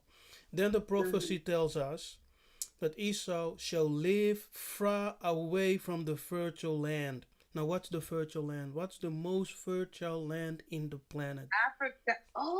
Africa. Oh, Yeah. So oh, I never Esau, made that connection. oh sister, Esau went out of Africa, yeah, Oh, away from the fertile land. So he had no food, he had no yeah. riches. So he had to return back to enslave his brother to try to Mm-hmm. possess the land. And that's what Mm-hmm. we see eventually what happened through slavery and etc. Yes, because Mm-hmm. Esau he became the Mundele.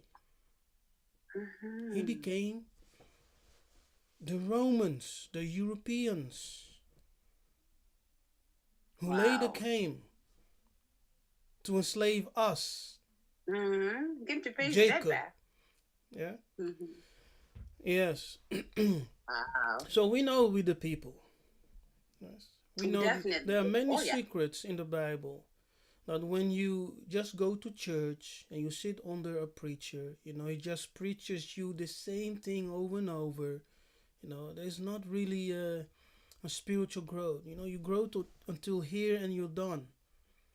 And Oh you yeah. you die with spiritual famine.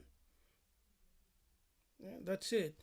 But there is so much hidden Mm. mysteries in the Bible concerning the Bantu people. Oh yeah. Oh yeah. Yeah.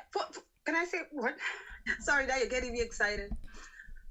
You know, it's kind of, and some of the things like you seriously like have to study, just like you're saying. The story of Jesus where he says, "You are the light of the world." Mm-hmm. It was a city like that is on a hill cannot be hidden, and also he says, "You're the salt of the earth." Right now, within those two sentences, those are words that he's using to compare salt and light. Now, when you come to Kegusi language, the idea of becoming illuminated or to know, to become enlightened is manya. However, the word for salt is monyo. So they basically are removed from the same consonants, you see. And then you'll find words like that Bible verse that says, um, every good and perfect thing comes Mm-hmm. from heaven, the Father of lights, in whom there's no variableness or shadow of turning. So you will find that within Bantu languages, like say words that have to do with the concept of perfection and beauty will have the name Ya on it. For example, in my language, the concept of good or beautiful or perfect is Mu Ya. So Mu is, of course, the prefix for something or someone of the soul. Ya means good in this sense. Light is Ta Ya or Ta in Swahili, you see. So where you see the concept of light and goodness, you will see the name of God in it. Even the concept of the Lord is my portion in the land of the living, you will find that within Yoruba, when they're asking somebody, how much is this? How much? So to determine a portion, you say Elo or Eloni, how much? You see the word, the letter L there represents the name of God. Even I believe in it's just suit. I think it's Sutu.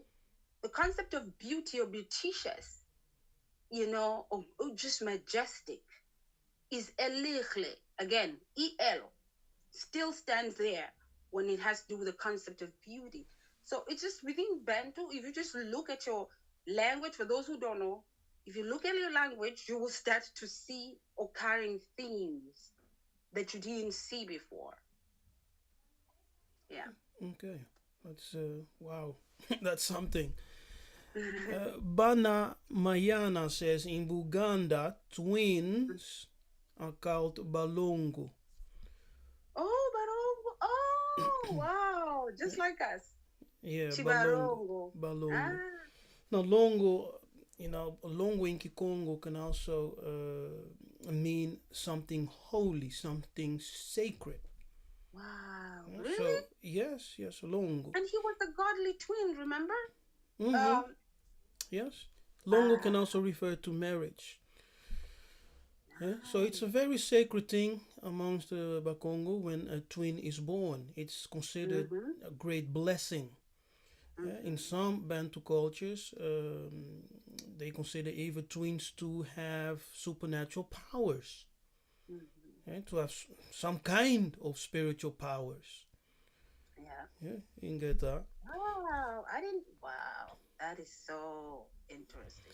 Now, the Hebrew, let me say, African languages gave birth to all the other languages, right? That's why you see the strains in Chinese, in Japanese, in Europe, Mm-hmm. everywhere.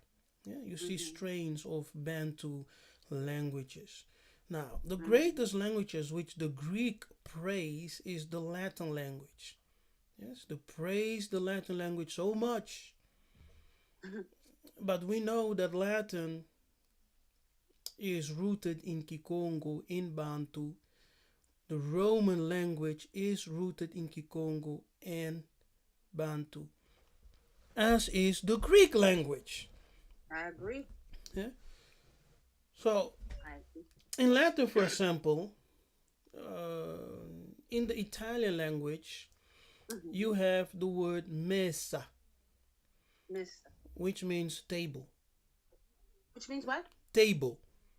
Table. Oh, wow. Let me write that down. Yes. And mesa in Kikongo is also table. In Ah, Lingala, mesa is table. It's the same. you know what they used to tell us, Brother Kefas? They used to tell us that this is what they used to tell us it's Portuguese. Can you imagine? This is how they used to lie to us. They Mm-hmm. tell us mesa is a Portuguese word. No, Swahili no, has no, no no. real identity of its No, own. no, no. No, Go no. ahead. The Portuguese language is a Latin based language. Yes. And Latin Mm-hmm. has its root in Kikongo. Now, another example is another Latin word, which Mm-hmm. is passione, the Italian word passione, Mm-hmm. which means a passion, Yeah. yeah, something you desire. Sometimes can even be a pain you endure. Mm-hmm. Yes. Now that comes from the Bantu Kikongo Pasi. I see. Exactly. Those are just two examples.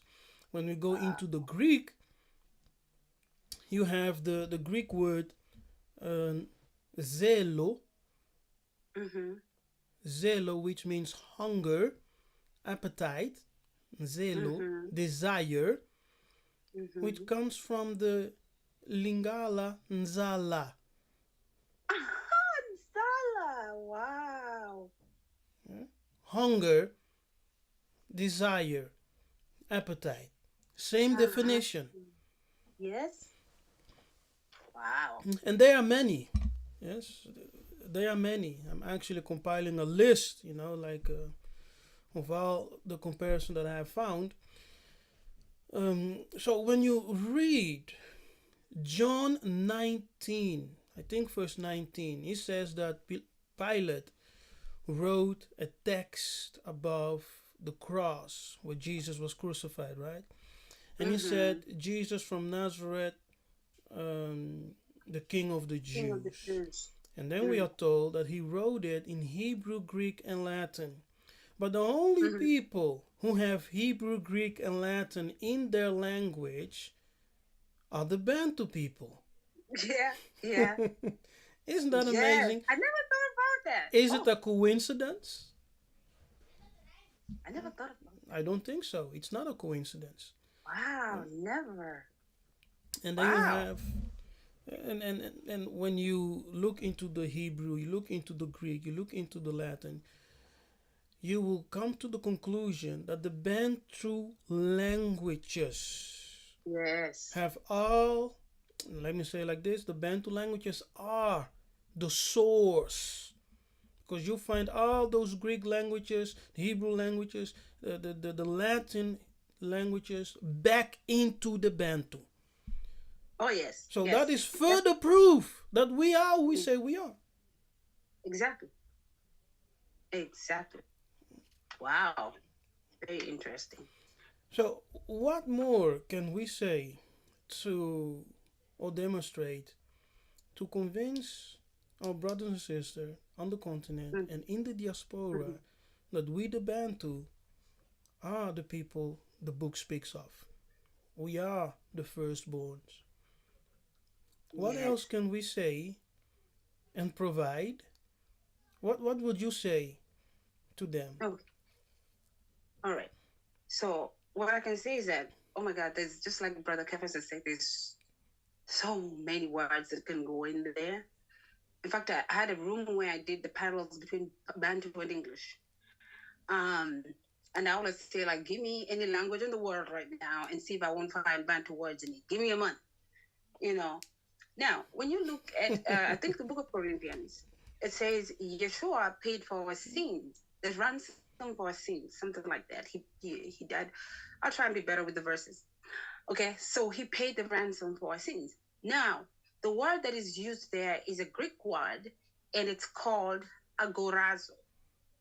Right now, agorazo comes from the word agora, meaning a market in Greek. Now, when you come to the Ekegusi language, gora, Gora, gora, is to buy. You see that? So it's the exact word that you see agorazo, for us it's gora, to buy. All right. And then you will also see words such as, and this is the greatest lie they've ever told you. Have you ever heard about a guy called Archimedes? Archimedes, the one who discovered the weight, how to measure the gold mass, I believe. And he went into a bathroom as he was showering, he was naked, and he took a gold block and he put it inside the water and realized that the water that poured out was equal to the weight of that gold. And so, because he found out that, he was so excited and ran out of the bathroom and he was like, Eureka, Eureka, I've discovered it. Now, I always tell people that that's the greatest lie I've ever heard. There's no way Archimedes discovered how to measure gold mass if my grandfather and my great grandfather, my great great grandfather had gold. It means that they already know how to measure gold mass. The Egyptians knew how to measure gold. Europeans didn't really wear jewelry like we did. That's lie number one. Lie number two, when you see even the word eureka, in the ancient Egyptian language, and I find it's somewhere here, in the ancient Egyptian language, Rika means to understand, to learn, okay? To learn or to understand, all right? And it's spelled to the consonant RKH. Now, when you come to the Kegusi language, the word Rika means to weigh, to wrestle, or to calculate. Rika. So when Archimedes was coming out of the bathroom, he was using an African term as he's running out saying, Eureka, Eureka. He didn't discover it. He just calculated the problem. So he didn't discover nothing. We already had gold and we had gold mass. And then another word, democracy. Now, we know democracy was used in Africa. We always practice democracy in Africa. In fact, I think it was an Akan king, I believe, who was impeached because of corruption. Because our elders didn't play like that. Okay.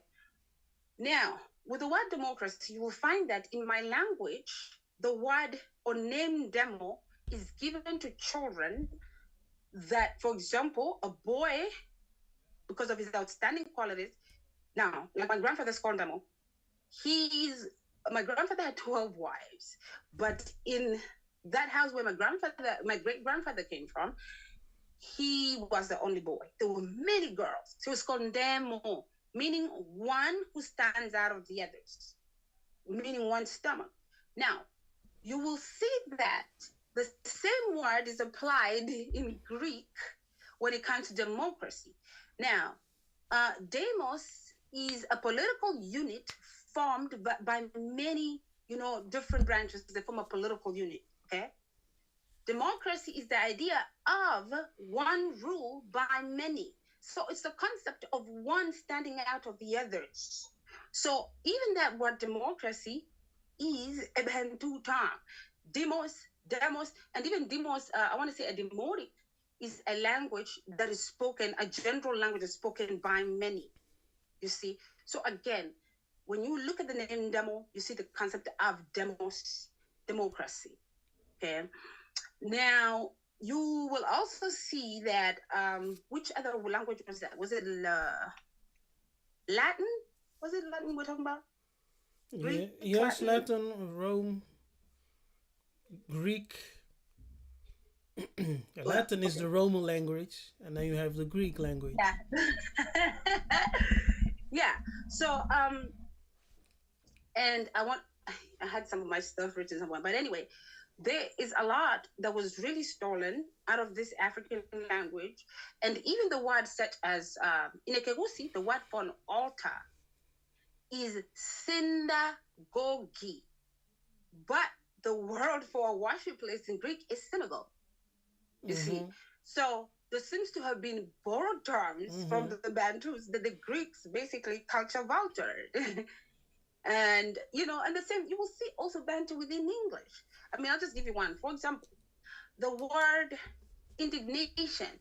Okay, indignation is that anger or contempt you feel maybe somebody made you mad, right? But in a Kewusi, the same feeling from English indignation in a Kewusi becomes indigitanio. So ultimately, this just proves that there seems to be an umbrella language that influenced the world, and more is starting to look like Bantu. Yeah, Yeah. yeah, yeah. Hallelujah. People, I hope you're enjoying the knowledge, yes, which we're sharing here right now. And special thanks to Sister Bosibore for coming on. Unfortunately, we will have to come to a close. Next time we will do another episode, and Sister Bosibore will be on with us from beginning to end. So we will have Yeah. more time with her. Now, would you like that? Hallelujah. Sister Bosi, would you like that? Are you coming Oh, back? good. Yes. Yeah, I had such a great time and I've learned new things. And I'm really, really honored that you invited me. Thank you. I definitely have been writing some things down. So if I have questions, I'll probably text you because more and more, I mean, a lot of this is starting to make sense. Yes, You know. yes, it is. Yeah. And by the way, Congo is in the Bible. Okay, we're not making anything up. Congo is in the Bible. I've shown you, and I will continue to show you. Yes, the Hebrew word kago is Yeah. kango. Yes, kanga, which refers to Congo. Congo is in the Bible. Bakorba is Bakongo. Yeah, according to Bantu, it's Bakongo. Bakorba, the house of Koba, is Bakongo. So there are many, even Zaire is in the Bible. Yes, Zaire is in the Bible. Now, the ancient Egyptians said that the origin comes from a place which is called Taneter, which they call and consider the land of the gods or the land of the great spirits. And that the origin of the Nile is in a place which they considered the mountains of the hill. Now, the mountains of the hill is in Congo. See? So, indirectly, the ancient Egyptians tell you that their ancestors came from Congo. And Congo in the Bible is the land of Cush, which is the land of origin, which is the land of, the birth of humanity. Now, the first man in Kikongo, in among the Bantu, is called Mahungu. Mahungu refers to the Christ man, the complete image of the Creator in flesh. So he's the manifestation of Nzambi, of God on the earth. He's called Mahungu. And what we should strive to become is a Mahungu, a complete man, a Christ figure, a Christ person. Yeah. That is to say, that you have regained the fullness of God working in you and through you. You have become Mm-hmm. whole and complete. Mm-hmm. Yeah.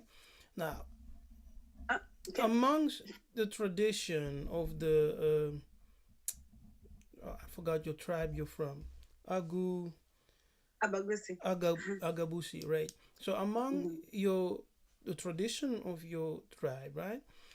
Mm-hmm. Is there a particular Adam figure?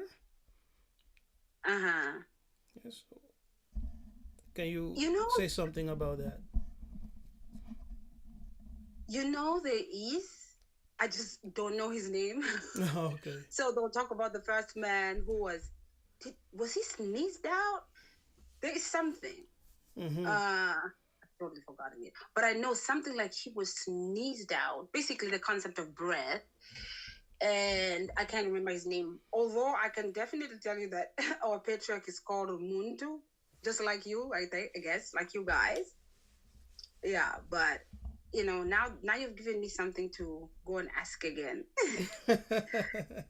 And the word mahungu Mm-hmm. sounds just like the Swahili word mungu, which means God. So I can see why it means God love. Yes, yes, Mungu. That's very Yeah, that's interesting. right. Mungu means God. Yes, Mahungu represents the complete man. Yes, the Yes, complete illuminated man.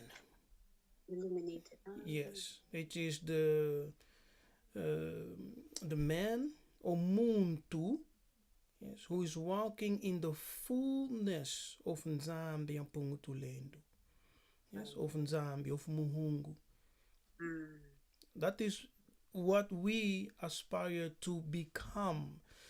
You can see this in um, the book of John, right? The book of John, chapter 1, I think verse 12 or 14 says, to whosoever believes, he has given power to become sons of Sons of God. God. Wait a minute, are you Mm. not as a believer a son of God already? No, but the text says you receive power to become. Yeah? Mm. So you receive the spirit that can enable you to become the manifest son or children of God on the earth. So you potentially are a son or a child, but you can receive that power to become a manifest son of God. And that's the correct understanding according to Bantu, you know, spiritual wisdom Mm. of John 1. See, and that is Mahungu. That is Mahungu. When you read in the book of Hebrew 11 and 12, when it talks about the clouds of witnesses and the spirit of just men made perfect, you have to become perfect. What did he say to Abraham? I think in Abraham 15 or something. He said, walk 17, walk before my face and be thou perfect, complete. Right? We have to become complete beings. And how do we Yes. attain that perfection? By the sanctification of your thoughts. You have to practice purification. Yes, holiness.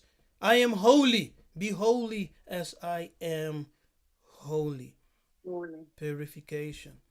Yes, walk before my face. Um, Pene in Kikongo, which is Penuel in Hebrew.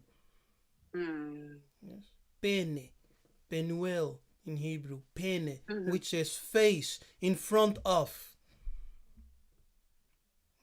So when you are in the presence, in front of the presence of the divine, you have to be what? Perfect, Perfect. complete, whole. So the Bantu needs to become whole again, perfect again, complete. How can we reach it? First of all, we need to know who we are. Mm-hmm. Because now we are wondering about us children who don't know their own house. We are on the streets, lacking our identity. Yeah, and when you're on the streets and you don't know who you are, you will eat all kinds of garbage, right? You will hang Yeah. out with the wrong people. Mm-hmm. So I really pray that our Bantu family on the continent, in the diaspora, will understand the revelation of Muntu, the revelation of who the Bantu people are. So before we close, do you Can I have any last words? just going to add something really small when you mentioned the word Mtu? Very interesting. You said that they said they came your well, they indirectly said that they originated from Congo, right? The ancient Egyptians, you say. Mm-hmm. Now, I've been having debates with some scholars, and they argue that there's no way the ancient Egyptian language could have Bantu in it. But more and more, I'm What? starting to, yeah. That's what they But say? now, yeah, and please No, no. and when first of all, the place Afro-Asiatic, and the reason why I jumped on that when you said it, my eyes just went boop, because that's exactly what I agree with. And to further prove this, I have a book here. I don't know if you can see it. Yes, yes. Mm-hmm. It's called Linguistic Ties Between Ancient Egyptian and Bantu, Uncovering Symbiotic Affinities and Relationship in Vocabulary. Mm-hmm. So I'm going to show you what the hieroglyph for a man. I don't know if you can see it. That's the hieroglyph for a man. Can you see it? Yes, I can see it. Mutu. Can you read it? MTU. Mm-hmm. It says Mtu. Now, Yes, I have it over. I have the book, so I know what you're talking about. I love this book. It says Mtu. And then when you look at the Bible, it keeps calling basically the prophets and I guess men that Son had of man. higher office were called son of man, right? Ezekiel is told, son of man, can these bones live? The Most High Now, tells how that. do you say son of man in Bantu? Omwana womuntu. Mwana muntu. Now, Exactly. yeah, in my tribe, the only people I've ever seen in Africa refer to themselves as son of man are Bantus. Now, you will see that in my language, when my mom sees her brothers, or when I see my brothers and sisters, I'll say, son of man, meaning that we all Mwana come from one muntu. Oh, you are so bad too. Yeah.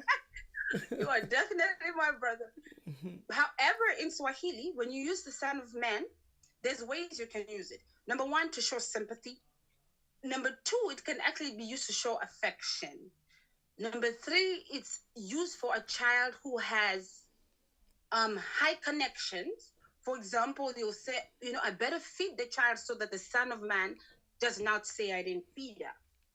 So, or if a child gets hurt and the child starts crying, you hear a mother saying, oh, mwana wa mtu, mtoto wa mtu, meaning son of man. Why? Because that child is not only she's also answerable to other members of the community. So that biblical language that you see is a Bantu way of expression. I've never seen white people call themselves son of man. No. That's another reason why I believe even the Jewish people don't refer to themselves as son of man.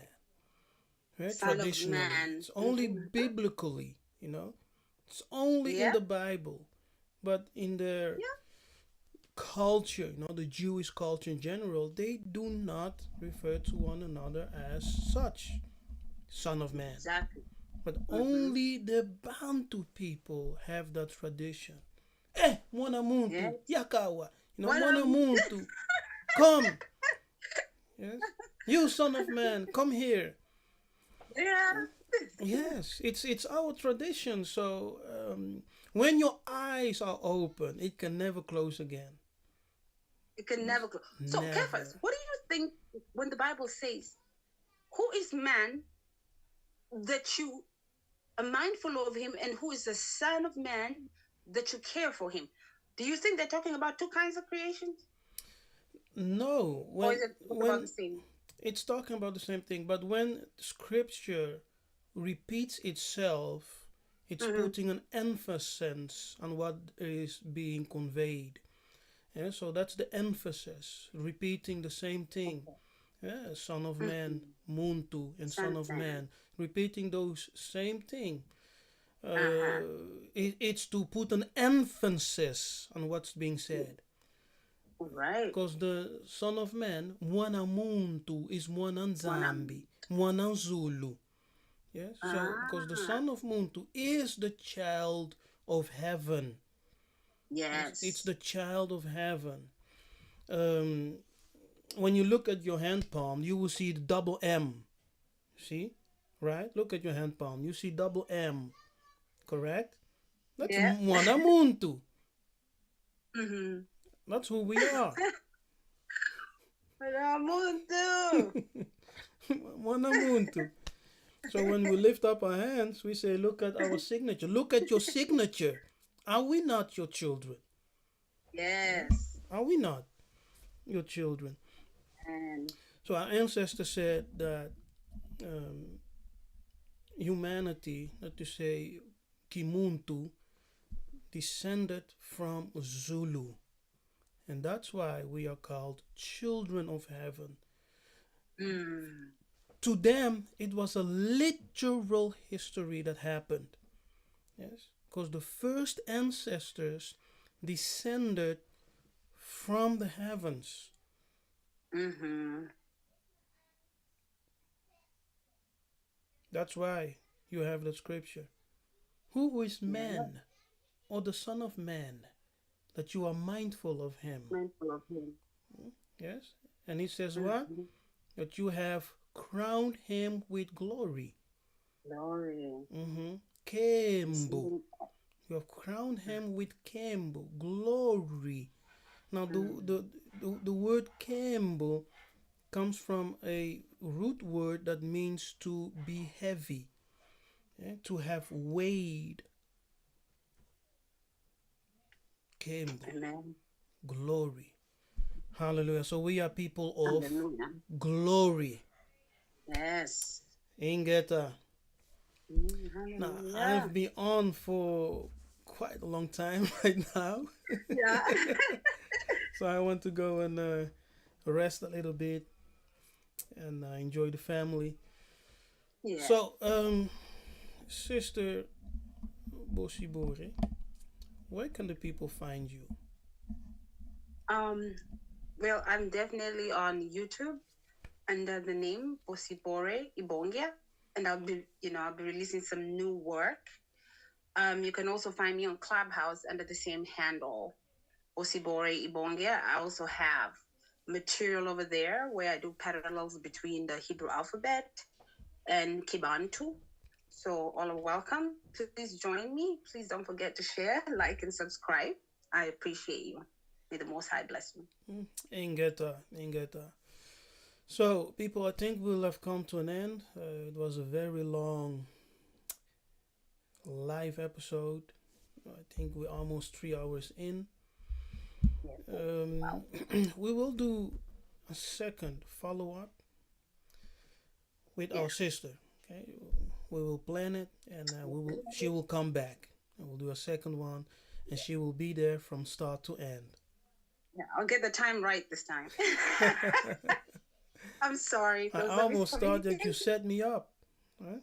I was No, no like, problem. where's the sister, man? We need to start. Where is she? I was confused, but all praises, Tondan Zambi, for you, for still coming here, being able to join us. Yeah, Blessings to all of you, precious people. Bana thank you. Congo, Bana Bilaka. You Um, too. we do not subscribe to be Jewish. Nope. We've never been Jews. No. We will also never accept to be Jews because it's fake. Yes. We are Mm-hmm. Bantu. We are the original people, the Yes. firstborns, the Okay. custodians of the world, children of the Mm-hmm. promise. So you need to know who you are. When you know who you are, you will have you will not be fighting for the Jewish title. Okay? So, no, I'm the real Jew. No, we're not. We're not. It's fake. Okay? That's it. I don't have more to say. So thank you for watching. Thank you for being Thank part you. of this episode. May Tatanzambe bless you. May Tatanzambe You increase you, too. shine his face upon you, be gracious unto you, and give you his And peace. Salama. I'm Nabi unto you. Kefas, and I see Salama. you next time. Ingeta. Yes. Thank you. Thank